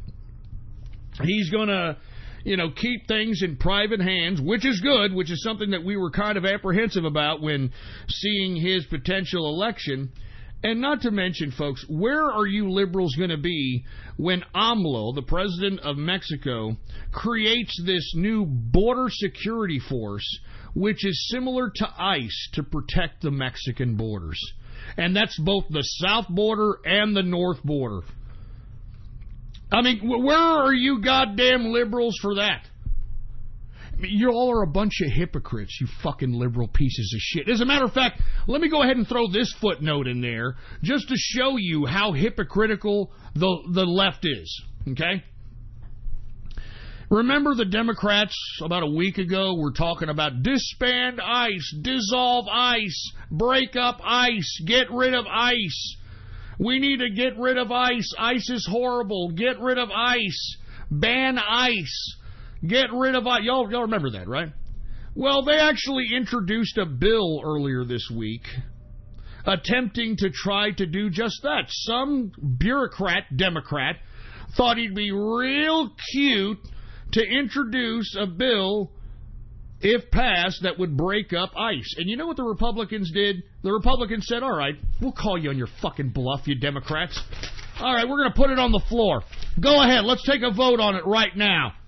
And guess what? The Democrats, who were all out there last week talking about ban ICE, dissolve ICE, get rid of ICE, voted against the bill that their own party introduced to get rid of ICE. Can you believe that? This goes to show you these Democrats don't stand for shit. They don't stand for anything, man. They're anti-American scum. I don't know how many times I gotta repeat that shit, man. Yeah, they introduced a break-up ICE bill early this week. The Republicans called their bluff, put it on the floor of the House, and guess what? These fucking Democrats voted against it because they didn't realize that the Republicans were going to call them on their bluff. And that's why you don't hear that mantra anymore, do you? Huh? You don't hear that Democratic mantra, ban ICE, disband ICE, get rid of ICE. You don't hear that anymore because, folks, everything the Democrats say is a bunch of bullshit. I'm not just telling you that because I'm politically biased. I am giving you a preponderance amount of evidence that proves this. I mean, I don't understand how anyone can look at themselves in the mirror and go to sleep at night claiming that they are fucking Democrats. I'm not even fucking around. Jesus Christ. Anyway, look, back to Pompeo. Secretary of State Pompeo going down to Mexico, going to talk to President AMLO. And look, man, I hope Pompeo emphasizes with AMLO, look, I know you're a leftist, but you could bring economic prosperity to Mexico because, look, we're having a little bit of a trade war with China. You could be the manufacturing base of American goods. And all we'd have to do is we just take the goods from Mexico and ship them right across the border into the United States, undercutting China altogether. And you will be known as the man who brought economic prosperity to Mexico. Because right now, folks, as I've stated many times, Mexico is nothing more than a two-tier system. You're either filthy rich or you're dirt poor. Filthy rich or dirt poor. And if AMLO can create some kind of a middle class utilizing a nice trade deal from America, it'll make him look good, it'll make his country better, it'll make America better, and everybody's happy. I just hope that AMLO has the foresight and the understanding to interpret this properly and to do it, and have the vision to do it. That's all I'm saying. We shall see. Once again, Secretary of State Pompeo going down to Mexico to visit President AMLO. Anyway, folks, we got about 9 minutes left. I'm going to go ahead and take some questions out here, folks. Once again, it's a Baller Friday. We talk about a lot of subject matters on this broadcast. If you'd like to ask a question, if you happen to be in the True Capitalist Radio chat room, go ahead and ask it. If you want to ask me a question on Gab, go ahead and ask it, baby. Any question you want, just make sure it's not a trolley-ass question or something obnoxious, okay? I mean, seriously, sometimes you guys are just, completely off-keister. You're out your rocker. You don't know what the hell you're saying, etc., etc., all right? Let me go ahead and take a swig of this water, for Christ's sake. God damn, I wish I could have a beer, I can tell you that. But, hey, look, I am not quitting drinking, all right? This doesn't mean that I'm quitting any kind of drinking whatsoever. What it means is that you got to give your body a little bit of a break. Let it clean itself out a little bit, then I'll be back, all right? I'll be back to drinking. I just got to stop. I've been doing drinking every goddamn day for 10 years, for Christ's sake. All right, got to do a little bit of a break. I'm just saying. Here, let me drink some high-quality H2O here. Good stuff. All right, first question here. Who do you think will win the World Cup? I don't give a shit. I think the World Cup sucks. I think soccer sucks. And I know the world loves soccer, but, man, it's a bunch of fruit bowls that really want to take it up the pooper, in my opinion, that are mostly soccer players. I'm sorry. I don't like soccer, all right? Do you believe QAnon is an autist as well? No, I don't think so. I think that he may have a little bit of Asperger's, but I don't think he's an autist. He knows exactly what he's doing. I mean, he's a very devious, very con artist type of a fruit bowl, so he knows what he's doing. He knows what he's doing. Can you make fun of Bernie Sanders again? I mean, hey, I'm Bernie Sanders, and there's no reason to make fun of me. I am a socialist. I like that Puerto Rican broad out of New York, Ocasio-Cortez. Did you know that me and Ocasio-Cortez are going to go down to Kansas this weekend? Did you know that? Yeah, you didn't know that, did you? Hey, Uncle Bernie, me and Ocasio-Cortez. Yeah, look it up on Google if you don't believe me. Hey. Yeah, let me tell you, me and Ocasio-Cortez, we're going to go down to Kansas. We're going to spread the word of socialism. We're going to make sure to get the socialist candidate down there to make sure that we win more socialist members of Congress. We get more shekels. That's what we're going to do. I'm going to tell Ocasio-Cortez how to use the people and tell them that you'll give them whatever they want. They'll give us the shekels, and there's no refunds, all right? No refunds whatsoever. Anyway, that's enough Bernie there, for Christ's sake. Hey, Ghost, where can we buy Spaten beer? Well, you may have to go to some kind of a specialized liquor store because it's a German beer. H-E-B, if you're in Texas, if you go to like an H-E-B Central Market, which is that upscale H-E-B, you should be able to find it there. It is a great beer. My favorite beer, since I'm going to go ahead and give out a bottle cap with the autograph, my favorite beer is Spaten Lager. Now, the reason I like lager is because I'm a chugger kind of a beer drinker. You know what I'm saying? I'm like kind of a chugging beer drinker, and if I get the Oktoberfest or if I get the Optimator, I drink so fast that, I'll get drunk. I don't like to get drunk fast. I'm a session drinker as well as a chugger. Sorry. I like chugging beers. What can I say? I'm like freaking Stone Cold Steve Austin. Dun-dun-dun-dun-dun, and just, drinking like 3 or 4 beers and just beer guzzling. That's what I like to do. That's what I like to do. Spaten Lager. And if you bought an autograph, I will give you a bottle cap. I guarantee you I drank that bottle of that bottle cap, I guarantee you, all right? Anyway, let's see. What else we got here? What is your opinion on... I'm not going to say that. What? Any pointers on finding a part-time job? Well, it should be rather easy to find a part-time job right now, especially if you're a young person. If you're finding it hard to find a job, go to one of these corporations. I mean, it ain't no shame to work at a Mickey D's. It ain't no shame to work at a goddamn Target. It ain't no shame to work at a Walmart, whatever the case might be. I mean, whatever you need, man. Remember, go into a place that, even if you're hired at minimum wage, know that if you're there for about 3 to 4 months that you're going to get an increase on your pay. You know what I'm saying? I mean, that's all there is to it. Is the engineer still working for you? Yeah, he's here. I got him in another room now. You know what I'm saying? I got him in another room, and I kind of feel lonely without him. So we're going to do some things this weekend to bring him back into the studio here. You know, we're at the new place. You know, I got a new place. Hey, engineer. Yeah, I could see him right there. He's right across. There's like a little window going on. Anyway, we legitimately got like a small studio in here. You know, you got to give the aesthetics. Anyway, any other questions here? Once again, if you want a question answered, all you have to do is tweet at me, or gab at me, or say it in the True Capitalist Radio chat room, baby. Have you heard about the Stormy Daniels arrest? Yes, I have. And, you know, from what I understand, she got mixed up in some strip club in Columbus, Ohio, that was actually under investigation for, I think, child trafficking. And I think from what I understand, I don't know this verbatim because I don't really give a shit about Stormy Daniels, but from what I've heard, she shook her tits in the face of a federal agent, which jeopardized the undercover investigation into the child trafficking ring, and that's why she got busted, even though the charges were dropped.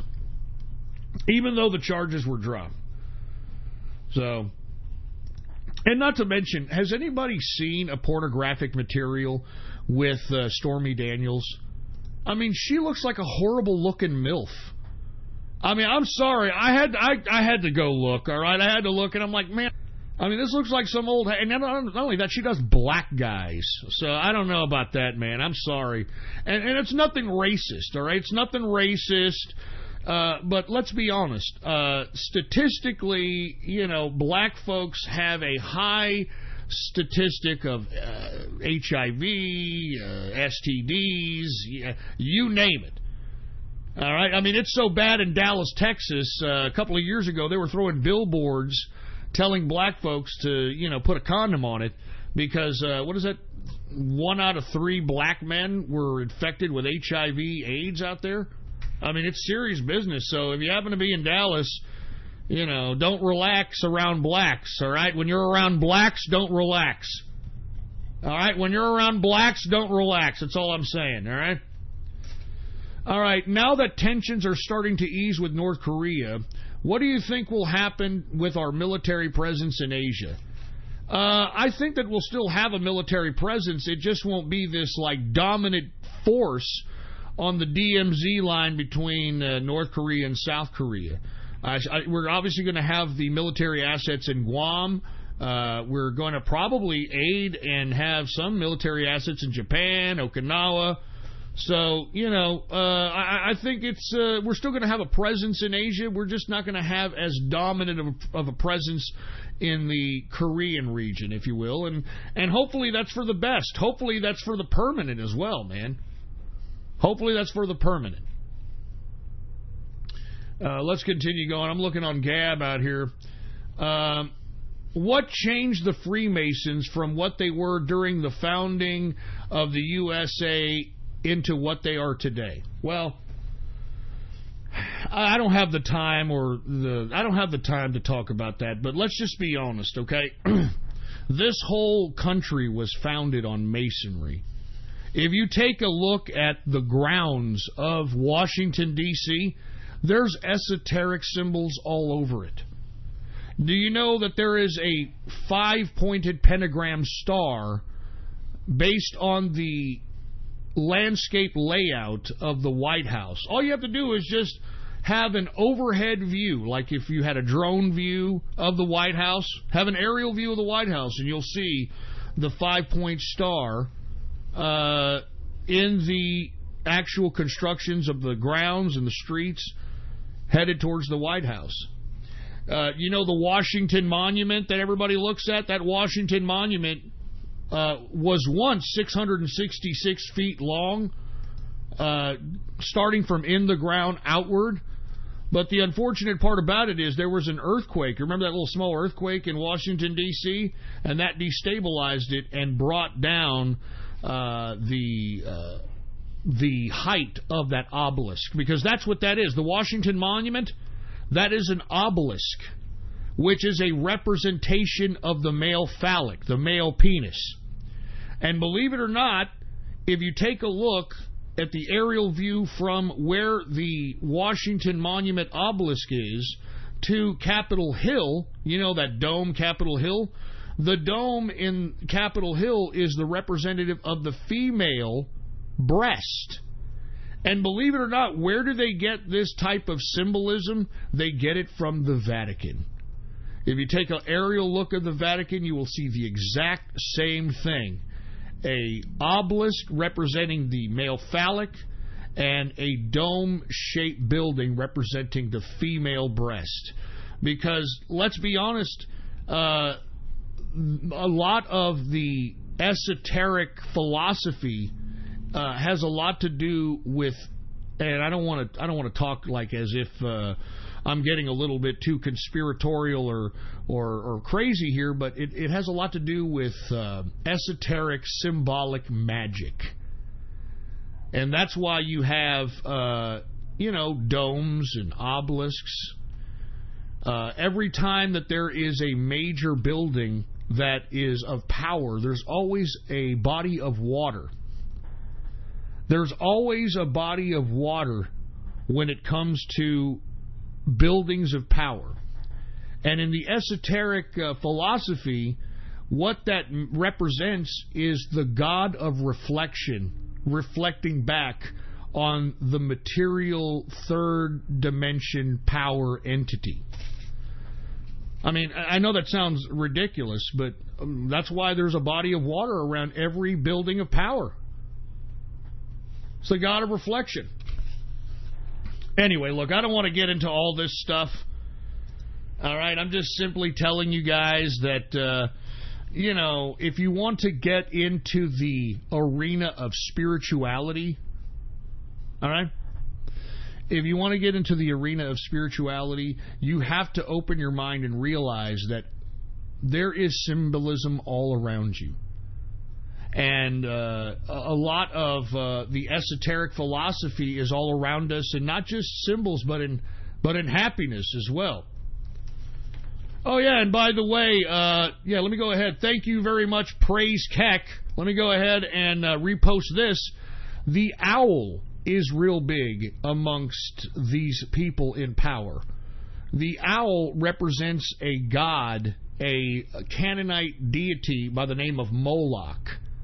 And take a look at my gab right now. If you take a look at the grounds of Washington, D.C. and the Capitol, it is of an owl, and that represents Moloch.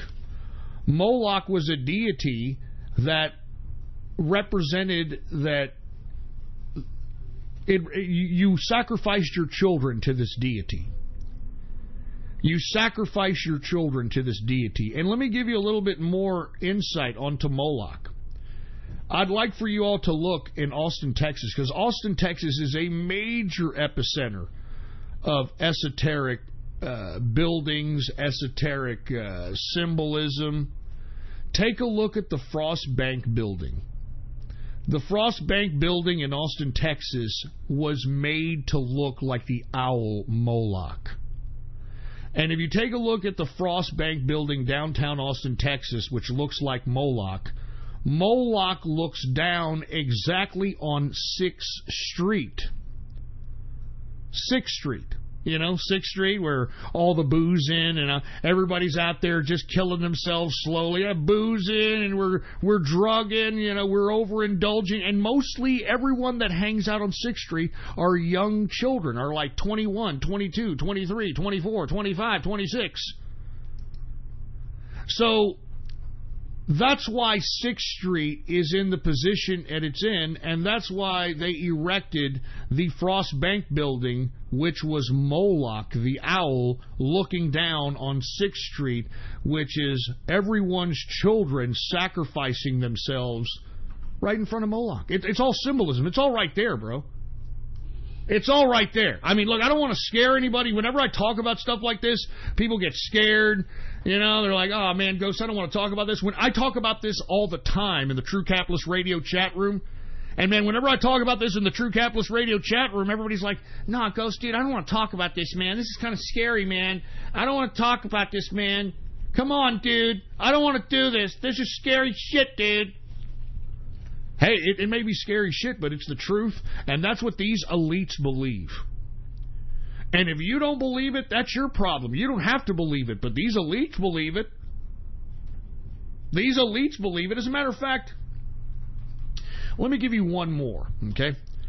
I know that we're taught to believe that there is one God, but there are not just one God of this world.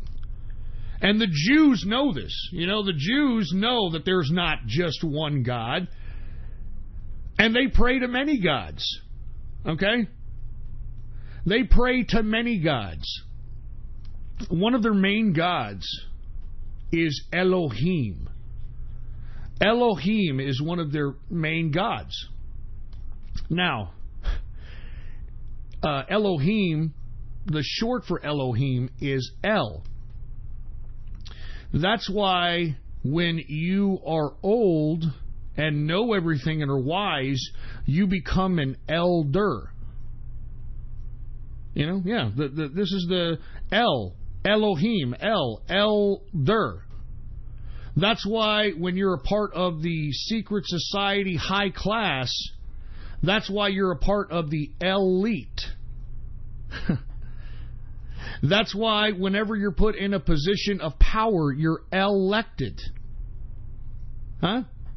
I mean, I'm just saying, man, it's all around. I could go and do a lecture about this for fucking hours and hours and hours, and I could tell you so much information that's all around us, it wouldn't even be fucking putting a chip in the iceberg.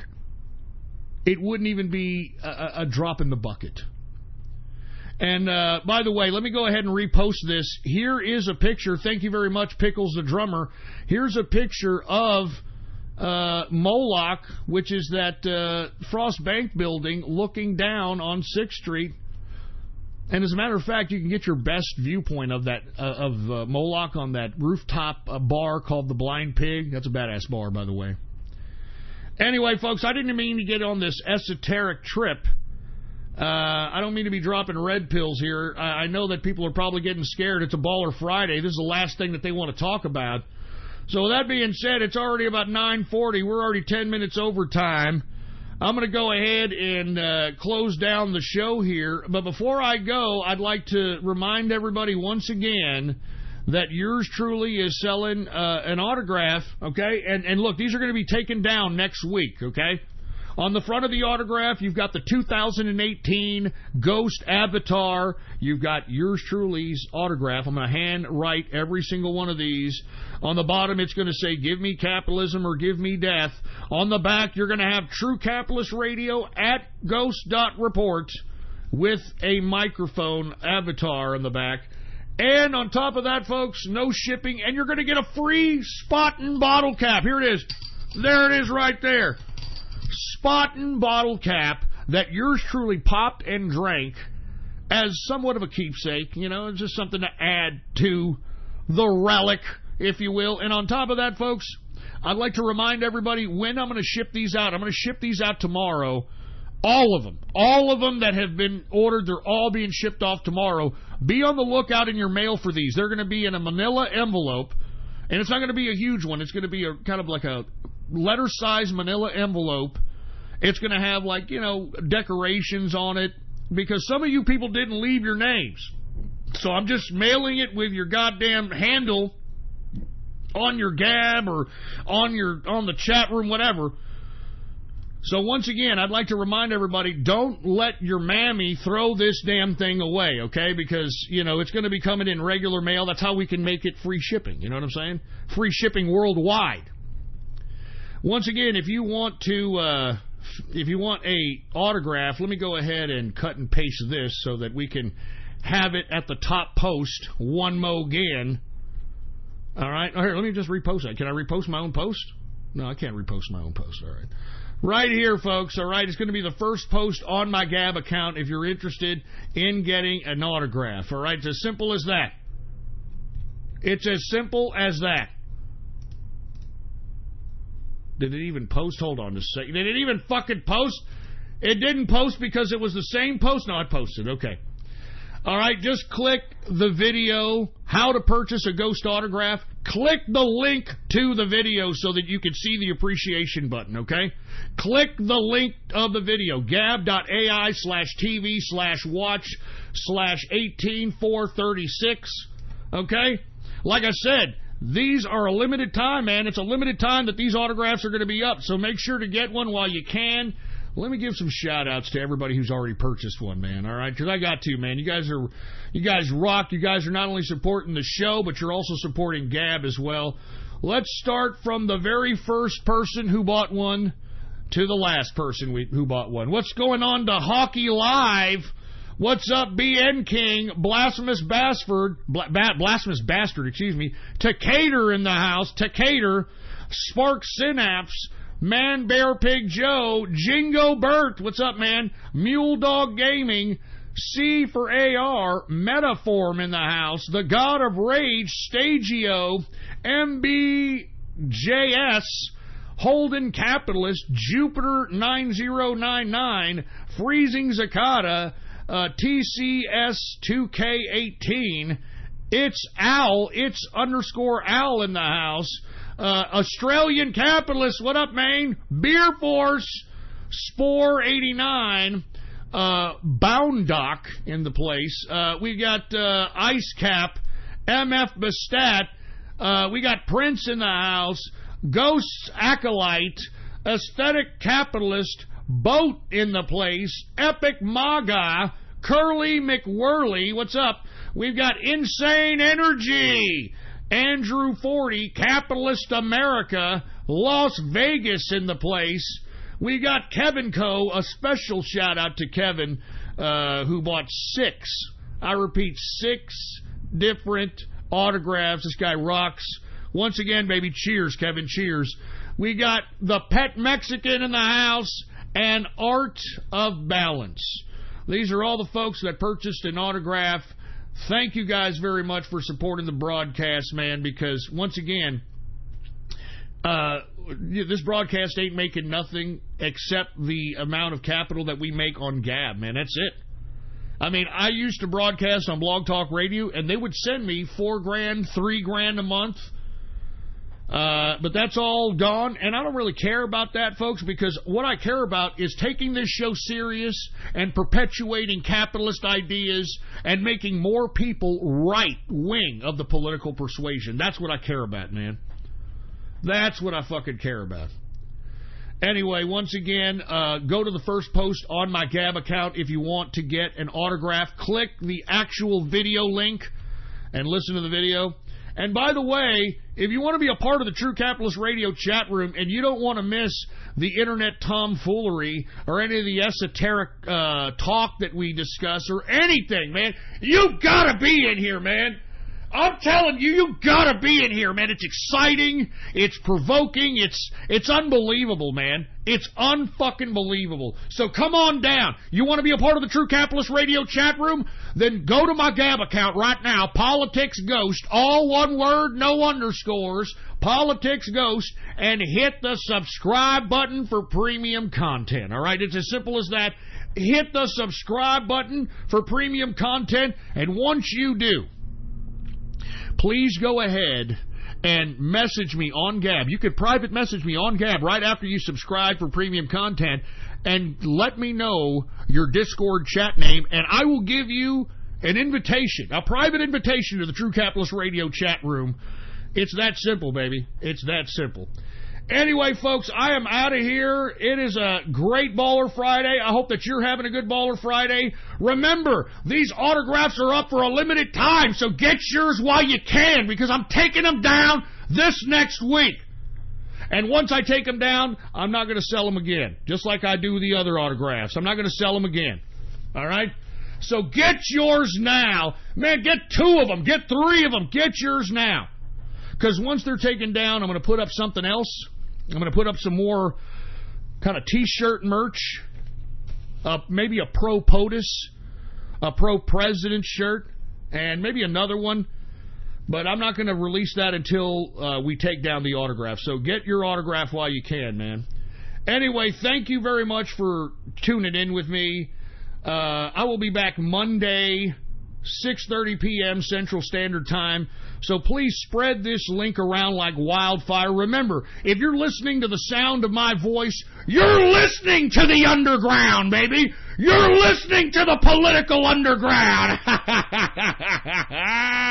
Woo!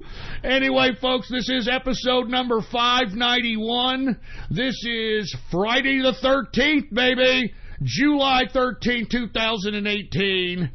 I hope that you come back and see us on Monday, 6:30 p.m. Make sure to bring everybody that you know, baby. Bring everybody you know. Anyway, I'm out of here. Long live the capitalist army, and death to feminism! Death to socialism! And death to communism! I'm out of here. You better be here Monday, 6:30 p.m. And don't forget to get your goddamn autograph before they're gone by next week. I'm out of here.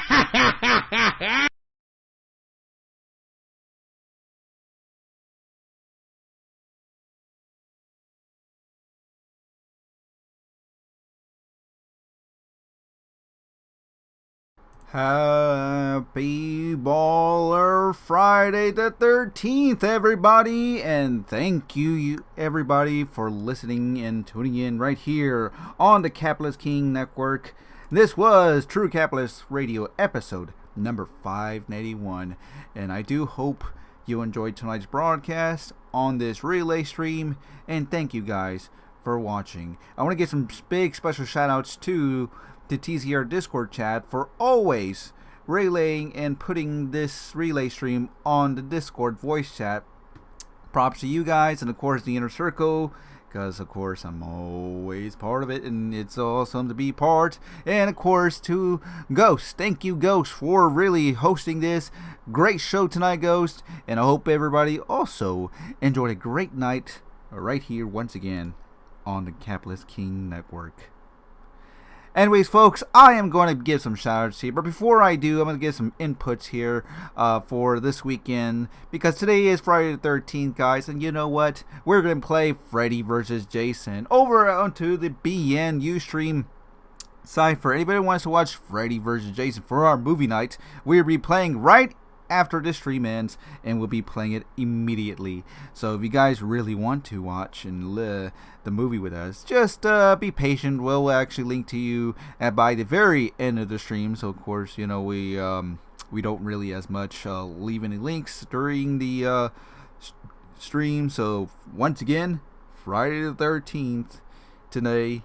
And tonight, we're going to be celebrating with Freddy vs. Jason for our movie night, which is going to be happening right after this stream over at the BN Ustream. And if you already have it, you can go there now or later on.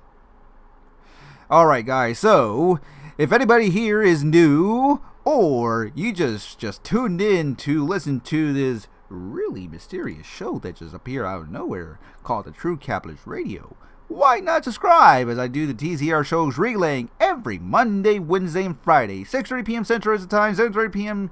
Eastern, and of course 4:30 p.m. Pacific for time zone use. So if anybody time zone like that, you know when the time happens. But of course, if you just subscribe and click that bell, you'll be notified when the next TCR show happens right away. And when I mean live, Ghost goes live, we go live. So that means if you really want to listen to the next one without really remembering anything, just easily just subscribe and click that bell, and you get notified when the next show happens. So there is that. And of course, subscribe to Ghost over at his Gab account, Politics Ghost. And yes, you can also follow him if you haven't, because of course if you follow him, lots of interesting information that you should really read when he posts. And of course, do make sure to like and repost every time he does, so it will help him up at spreading the information, and as well as spreading everything else he really conducts. And you know, he really has us, so why not support and just easily just like and repost. You know, it's not like Twitter, like nobody's gonna care or anything, but hey, at least it's pretty much will boost up what's going on Gab, so really Gab will know. Simple as that.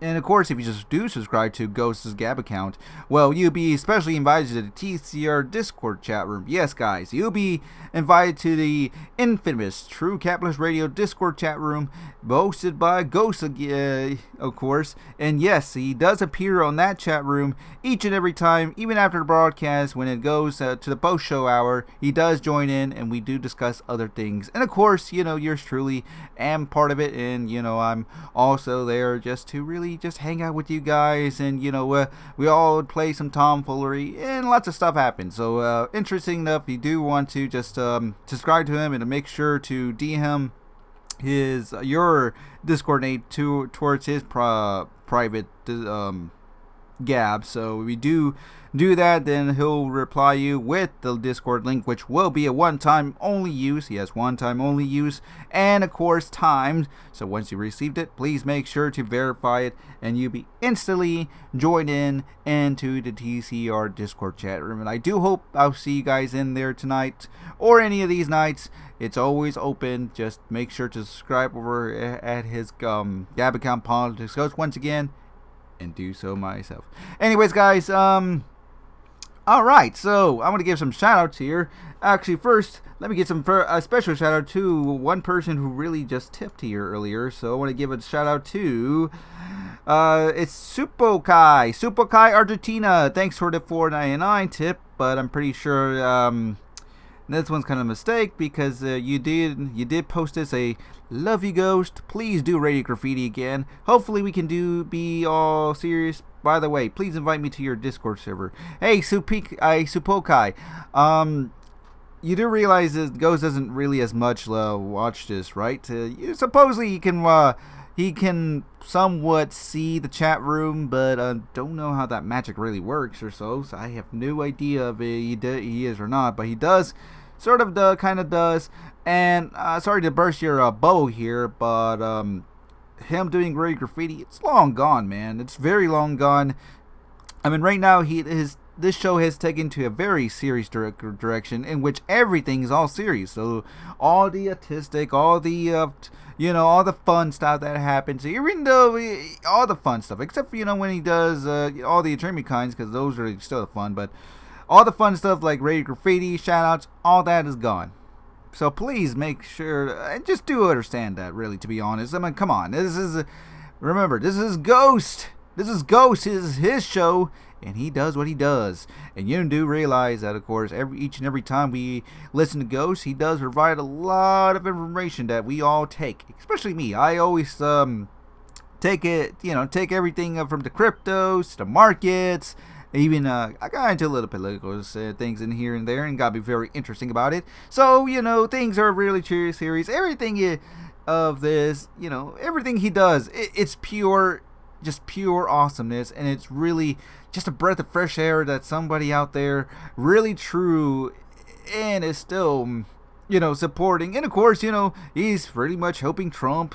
You know how Trump is. He's just the one guy, and he can't have all the help, because we as the people, we have to support Trump in every way. Gotta get rid of these Democrats, and especially these goddamn people in the seats that really just obstruct this really corrupt political agenda that really does not help. We all need to band together and get rid of these liberals, man. We gotta get rid of these Democrats. We gotta spread the word, spread the message. Tell these people that, of course, we don't want to really listen and overruled by democracy. No, this land is full pure Republican, and we all must stand as one. And if we don't really do anything about it, then there's not gonna be any of it, man. I mean, that's gonna be it. I mean, really, we got to take it a bit serious. Especially when this show goes serious, we got to take 2018 serious. It is that really important, man. Really is important, and yeah, we hoped, and we will, get that, all pretty much have the good side people. We're like, all the reds, man. We got to get all the, even though sometimes there's few ones that way, but we got to have to elect the ones that really just it's pure. It's for Americana, not for themselves or for anything. Just use the abuse of power to obstruct everything, and they think they can get away with it. Not this time, man. Not in this America, man. We are all woken, we are all woke, and we should really as much take it a bit more serious than this is, man. And this is why Ghost is still here. He's still conducting the broadcast. We all hear. We all listen to him. We know we take the information. We know that we really as much try to help as much as we can, but really we need as much as we can so we can overtake the 2018 midterm elections. It is really that important. So hopefully everybody here understands that, and we do heed Ghost's call. I do say, really do take it, man. I do say, do really take it. Especially, we are living in a society that really is just, this people are stupid, and we gotta get into these people's minds and have them on the right side. If not, then like I said, it's all over. But do or take, guys. Really do or take. Just take some things seriously, especially this show. And to these people who really just dislike for the fun of it. Hey, guys, guess what? Doesn't matter if you did a like or dislike, man. I don't give a crap about those. You know what I think about this? This is pretty much will draw even more attention to where really this, this relay broadcast really is. And it does spread people around, so don't get me wrong, but you're wasting your time just giving that dislike, just saying, oh, I don't like this. Then why are you even doing here and watching it and say, oh, I just don't like Ghost, and he took away Ray Graffiti, he took away shoutouts, and I hate him, and now I'm gonna keep continuing to give him this channel dislikes because I just hate Ghost. Then what the hell are you still even doing here, guys? Why don't you move on? Do something else. Do something for your life, guys. To be honest, really, is there anything better than do just I don't know, just go and get in here. I'm gonna talk shit about Ghost. Look, I don't mind the First Amendment, because I do say everybody has the First Amendment rights. But really, if you talk shit negative about Ghost or anything else, man. Really? Is that really what you really are saying? Just because Ghost took away all the precious things that the show once was? Get out of here, man. Just really get out of here, to be honest. And really, like I say, I don't care about if you're leaving a dislike or a like. Really, you know what it does? It just pretty much helps everything around here. And I do appreciate everybody just spreading this. Especially if it's still going to be on the webs, It's still going to be archived. People will listen in. And also people will remember this show. Because, everything in this show is history. We make history. This show makes history. Everything Ghost conducts is making history. So really, you're part of it. And of course, if you're really just going to directions like, oh, I'm just gonna keep continuing, then do so yourself. But really, you ain't nothing but just some loser to really just as much as just throw away everything. You're just for nothing, man. Just for nothing.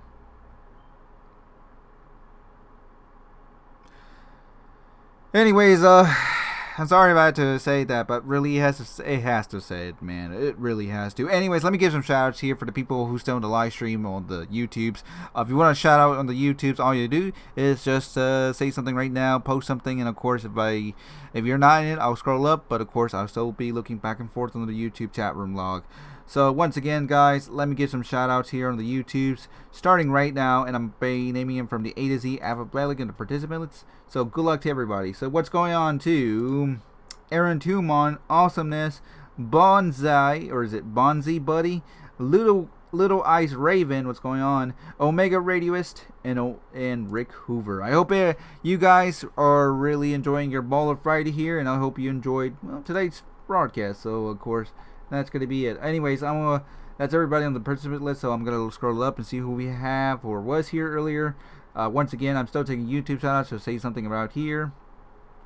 Hey, Sapokai, if you're still here, I'll link to his Gab. I think, hold on, we'll link to you. I'd link to his, let me just link to it right now, because, I'll be more over to it. It's better if I take action to post it rather than just talk about it. So I'm also going to be talking about, let me see, here it is. Let me post it here. I'm going to be in the movie. Okay, here is the link. I'll post. Okay, so here is the link for you and to anybody who wants to click on that link. That link will direct you to the to Ghost's autograph, which you can buy. And of course, it's limited time, so make sure if you really want one of those specialized autographs at this point, you only got like 1 week.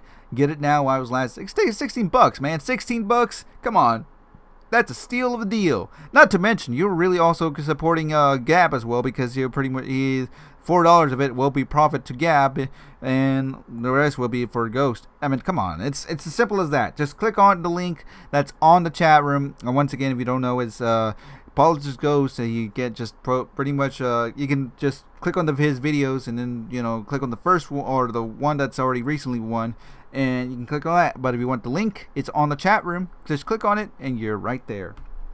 Easy as that. But hold on, I'll get some questions here to you, Rick. Let me get some shout outs, more shout outs. What's going on to Alex Hernandez? There is no nuclear annihilation. Tacos Burritos attack. Daryl Letch was here. What's going on to Daryl Letch? Ron Livingstone was here.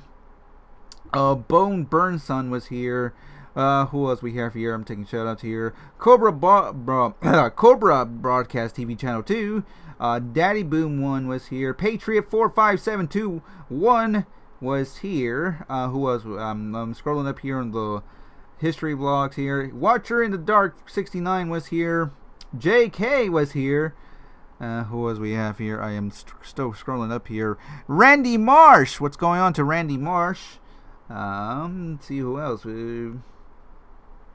I'm once again scrolling up and see if you still want to get a YouTube shout out. Just say something right now. I'm just scrolling back up, and then of course looking back on the real life chat room. What's going on to Reptilian Shape-Shifting Master Race? Some do 45. Alright. Miko is here. What's going on to Miko? Night Solare, or Solare. Night Solare. Who else we have here? Christopher Mitchell was here. Sai TV was here. Soul Sun was here. Who was? The Woke Awoo was here. Yes, the Woke Awoo was here. Damage Split was here. Who else I'm still looking at? Michael was here. Squeaky Nova was here. Orange Game Cinema was here. Ader was here. He was gone 8. Who was here earlier. And that's just about it. Well, that's about it for everybody. Man, that's all the shout outs I can get to scroll up. So once again, I'm a Mr. Shout Out name. Shout outs to y'all. Thank you for watching, and thank you for coming out. And of course, thank you to everybody who is listening in at the archives. If you listened to this point, thanks again for watching and listening in, and I do hope to see you next time. Anyways, let me get to the questions here. Did you have any bad luck on this Friday the 13th? No, Rick. I actually never had any bad luck except for a long day of work. But you know what the good news is? The good news is starting after today, or after today tonight, starts my 2.5 week vacation. So I'm actually on vacation right now. So that is a good relief. I think this is the pretty much an opposite for my Friday the 13th. I actually have a good luck here. It's just, even though I had a long day of work, but it's all worth it at the end. I got my vacation. I'm now gonna chill, and I'm gonna rest for a good 2 weeks. I'm actually gonna be traveling this weekend here. So this weekend I'm gonna be traveling meeting a friend, and of course gonna attend a very special event, which is a wrestling event, of course, called Extreme Rules. So I'm actually gonna have fun this weekend and gonna be traveling up there. Yes, it's in Pittsburgh. It's gonna be a very fun time for me, and of course meeting a friend as well, because it's just gonna be awesome, man. And of course, lots of fun times, but afterwards I'm gonna get like some stuff done that I haven't for the majority of half the year. So this is a perfect time for me to really chillax and do a lot of stuff. And of course, just release some stress. And I'm just pretty much right now dealing with some awful stress of me lately. And yes, I'm very hot-headed and all that right at this point. And yeah, I'm been burnt down, and I'm actually my body hurts a lot. So I'm gonna utilizing this vacation time, and it's gonna be more me time. That's how cool it is. That's how cool it is. That's how cool I am right now. So it's all good. Can't hear us say. Okay. Shut down a couple of months ago. Really? Oh, you're just talking about the very goofy. It's really well gone for months. Yes. Yes, it is. Friday the 13th.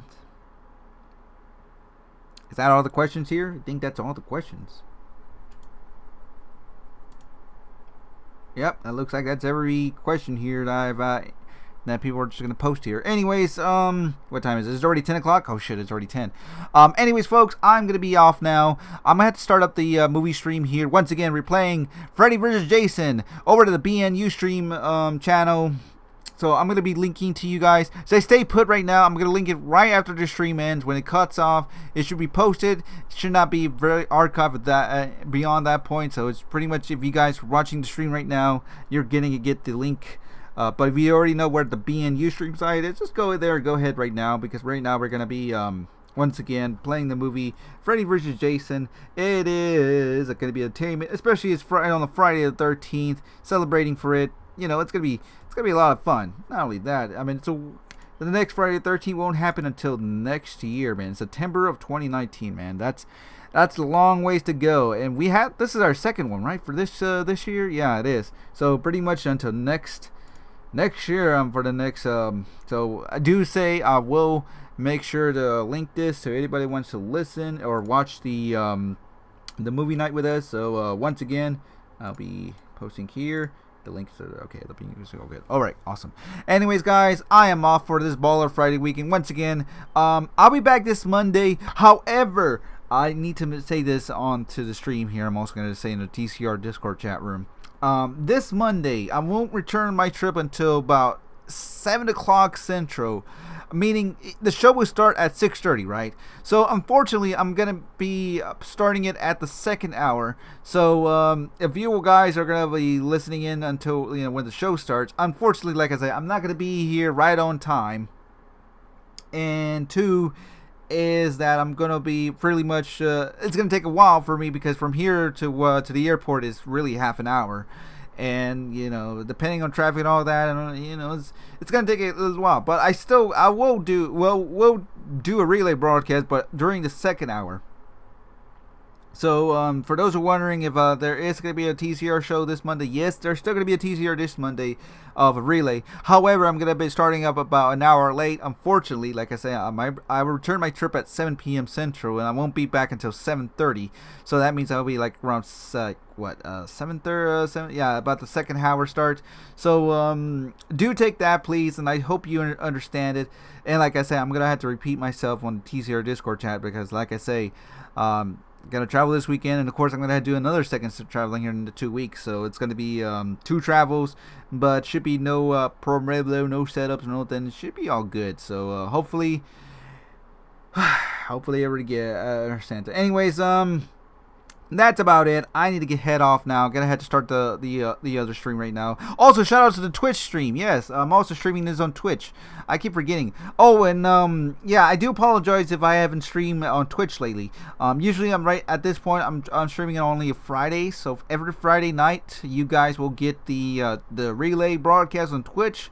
And the reason is that Wednesdays I actually do another like a stream that really would take a lot of bandwidth with it. So of course I couldn't do like a 3 stream way, so I had to sacrifice one. So yeah, Twitch I do every Friday night until maybe about I say about like a good month or two, and then when it gets to some hiatus, and then of course I'll get Twitch back when it's on Wednesdays, but for now I'm still gonna take it up for Fridays at this point.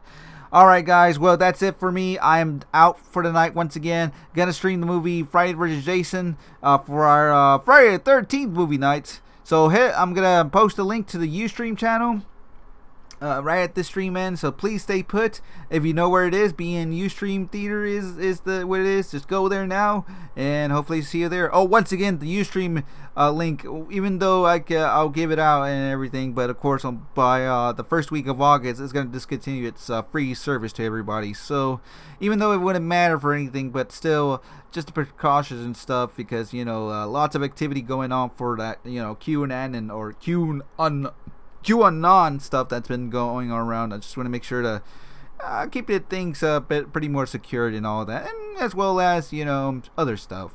Oh, and by the way, the cryptos are starting looking good, especially if we want to buy some quantum. I would say buy some quantum at this point, especially some BAT, man. I'm loving BAT. The action has gone up. I love it. I bought it when it was 25 cents, and now it was like way up at the 30. Last time I saw it was 33 cents. So, man, it's I'm loving it. I'm very, very much loving it. Ah, boy, and I'm also have the Brave browser, of course. And of course, if you want to support me on the Brave browser, I have a link in the description. So on the descriptions, click on it, and just just take it as it is. So hopefully y'all enjoy that. Anyways, I'm done. So once again, thank you for watching. Thank you for listening. Hey, yes, we Twitch. What is that? Hold on, no, before what is? Yeah, we got a Twitch. You know, Mr. BN King is the Twitch channel. I never really as much say this as much because, you know, Twitch is even though it doesn't get as much viewers, but at least it gets something, and maybe get some people coming in or so. But that's only one use. But, you know, I'm still gonna use it every Friday night on Twitch. So for until, well, the mid-season for it's over. Anyways, guys, I'm out of here. I'm gonna start movie night right over there, the BN Ustream now, for our Friday the 13th movie of Freddy vs. Jason. Hope to see you there, and I want to wish everybody a happy Baller Friday, and of course enjoy the rest of your weekend, and hope to see you again for the True Capitalist Radio episode number 592 broadcast coming this Monday. But once again, this Monday I'm only gonna stream the second hour and above, because once again I'm gonna be off vacation this weekend. Won't be returning my travels until after 7 p.m. So yeah, and the show starts at 6:30 p.m. Central, and I won't be home at 7 o'clock Central. So just gonna let you know once again. Anyways, once again, hope to see you guys for the next TCR broadcast. But to everybody, thanks again for listening, and I'll see you guys on the next TCR broadcast, relaying here on the Capitalist King Network. This is BN King signing up for the night, wishing everybody a good night. Hasta mañana. Buenas noches. And see you guys next time. So, see you guys next time. Until then, later on.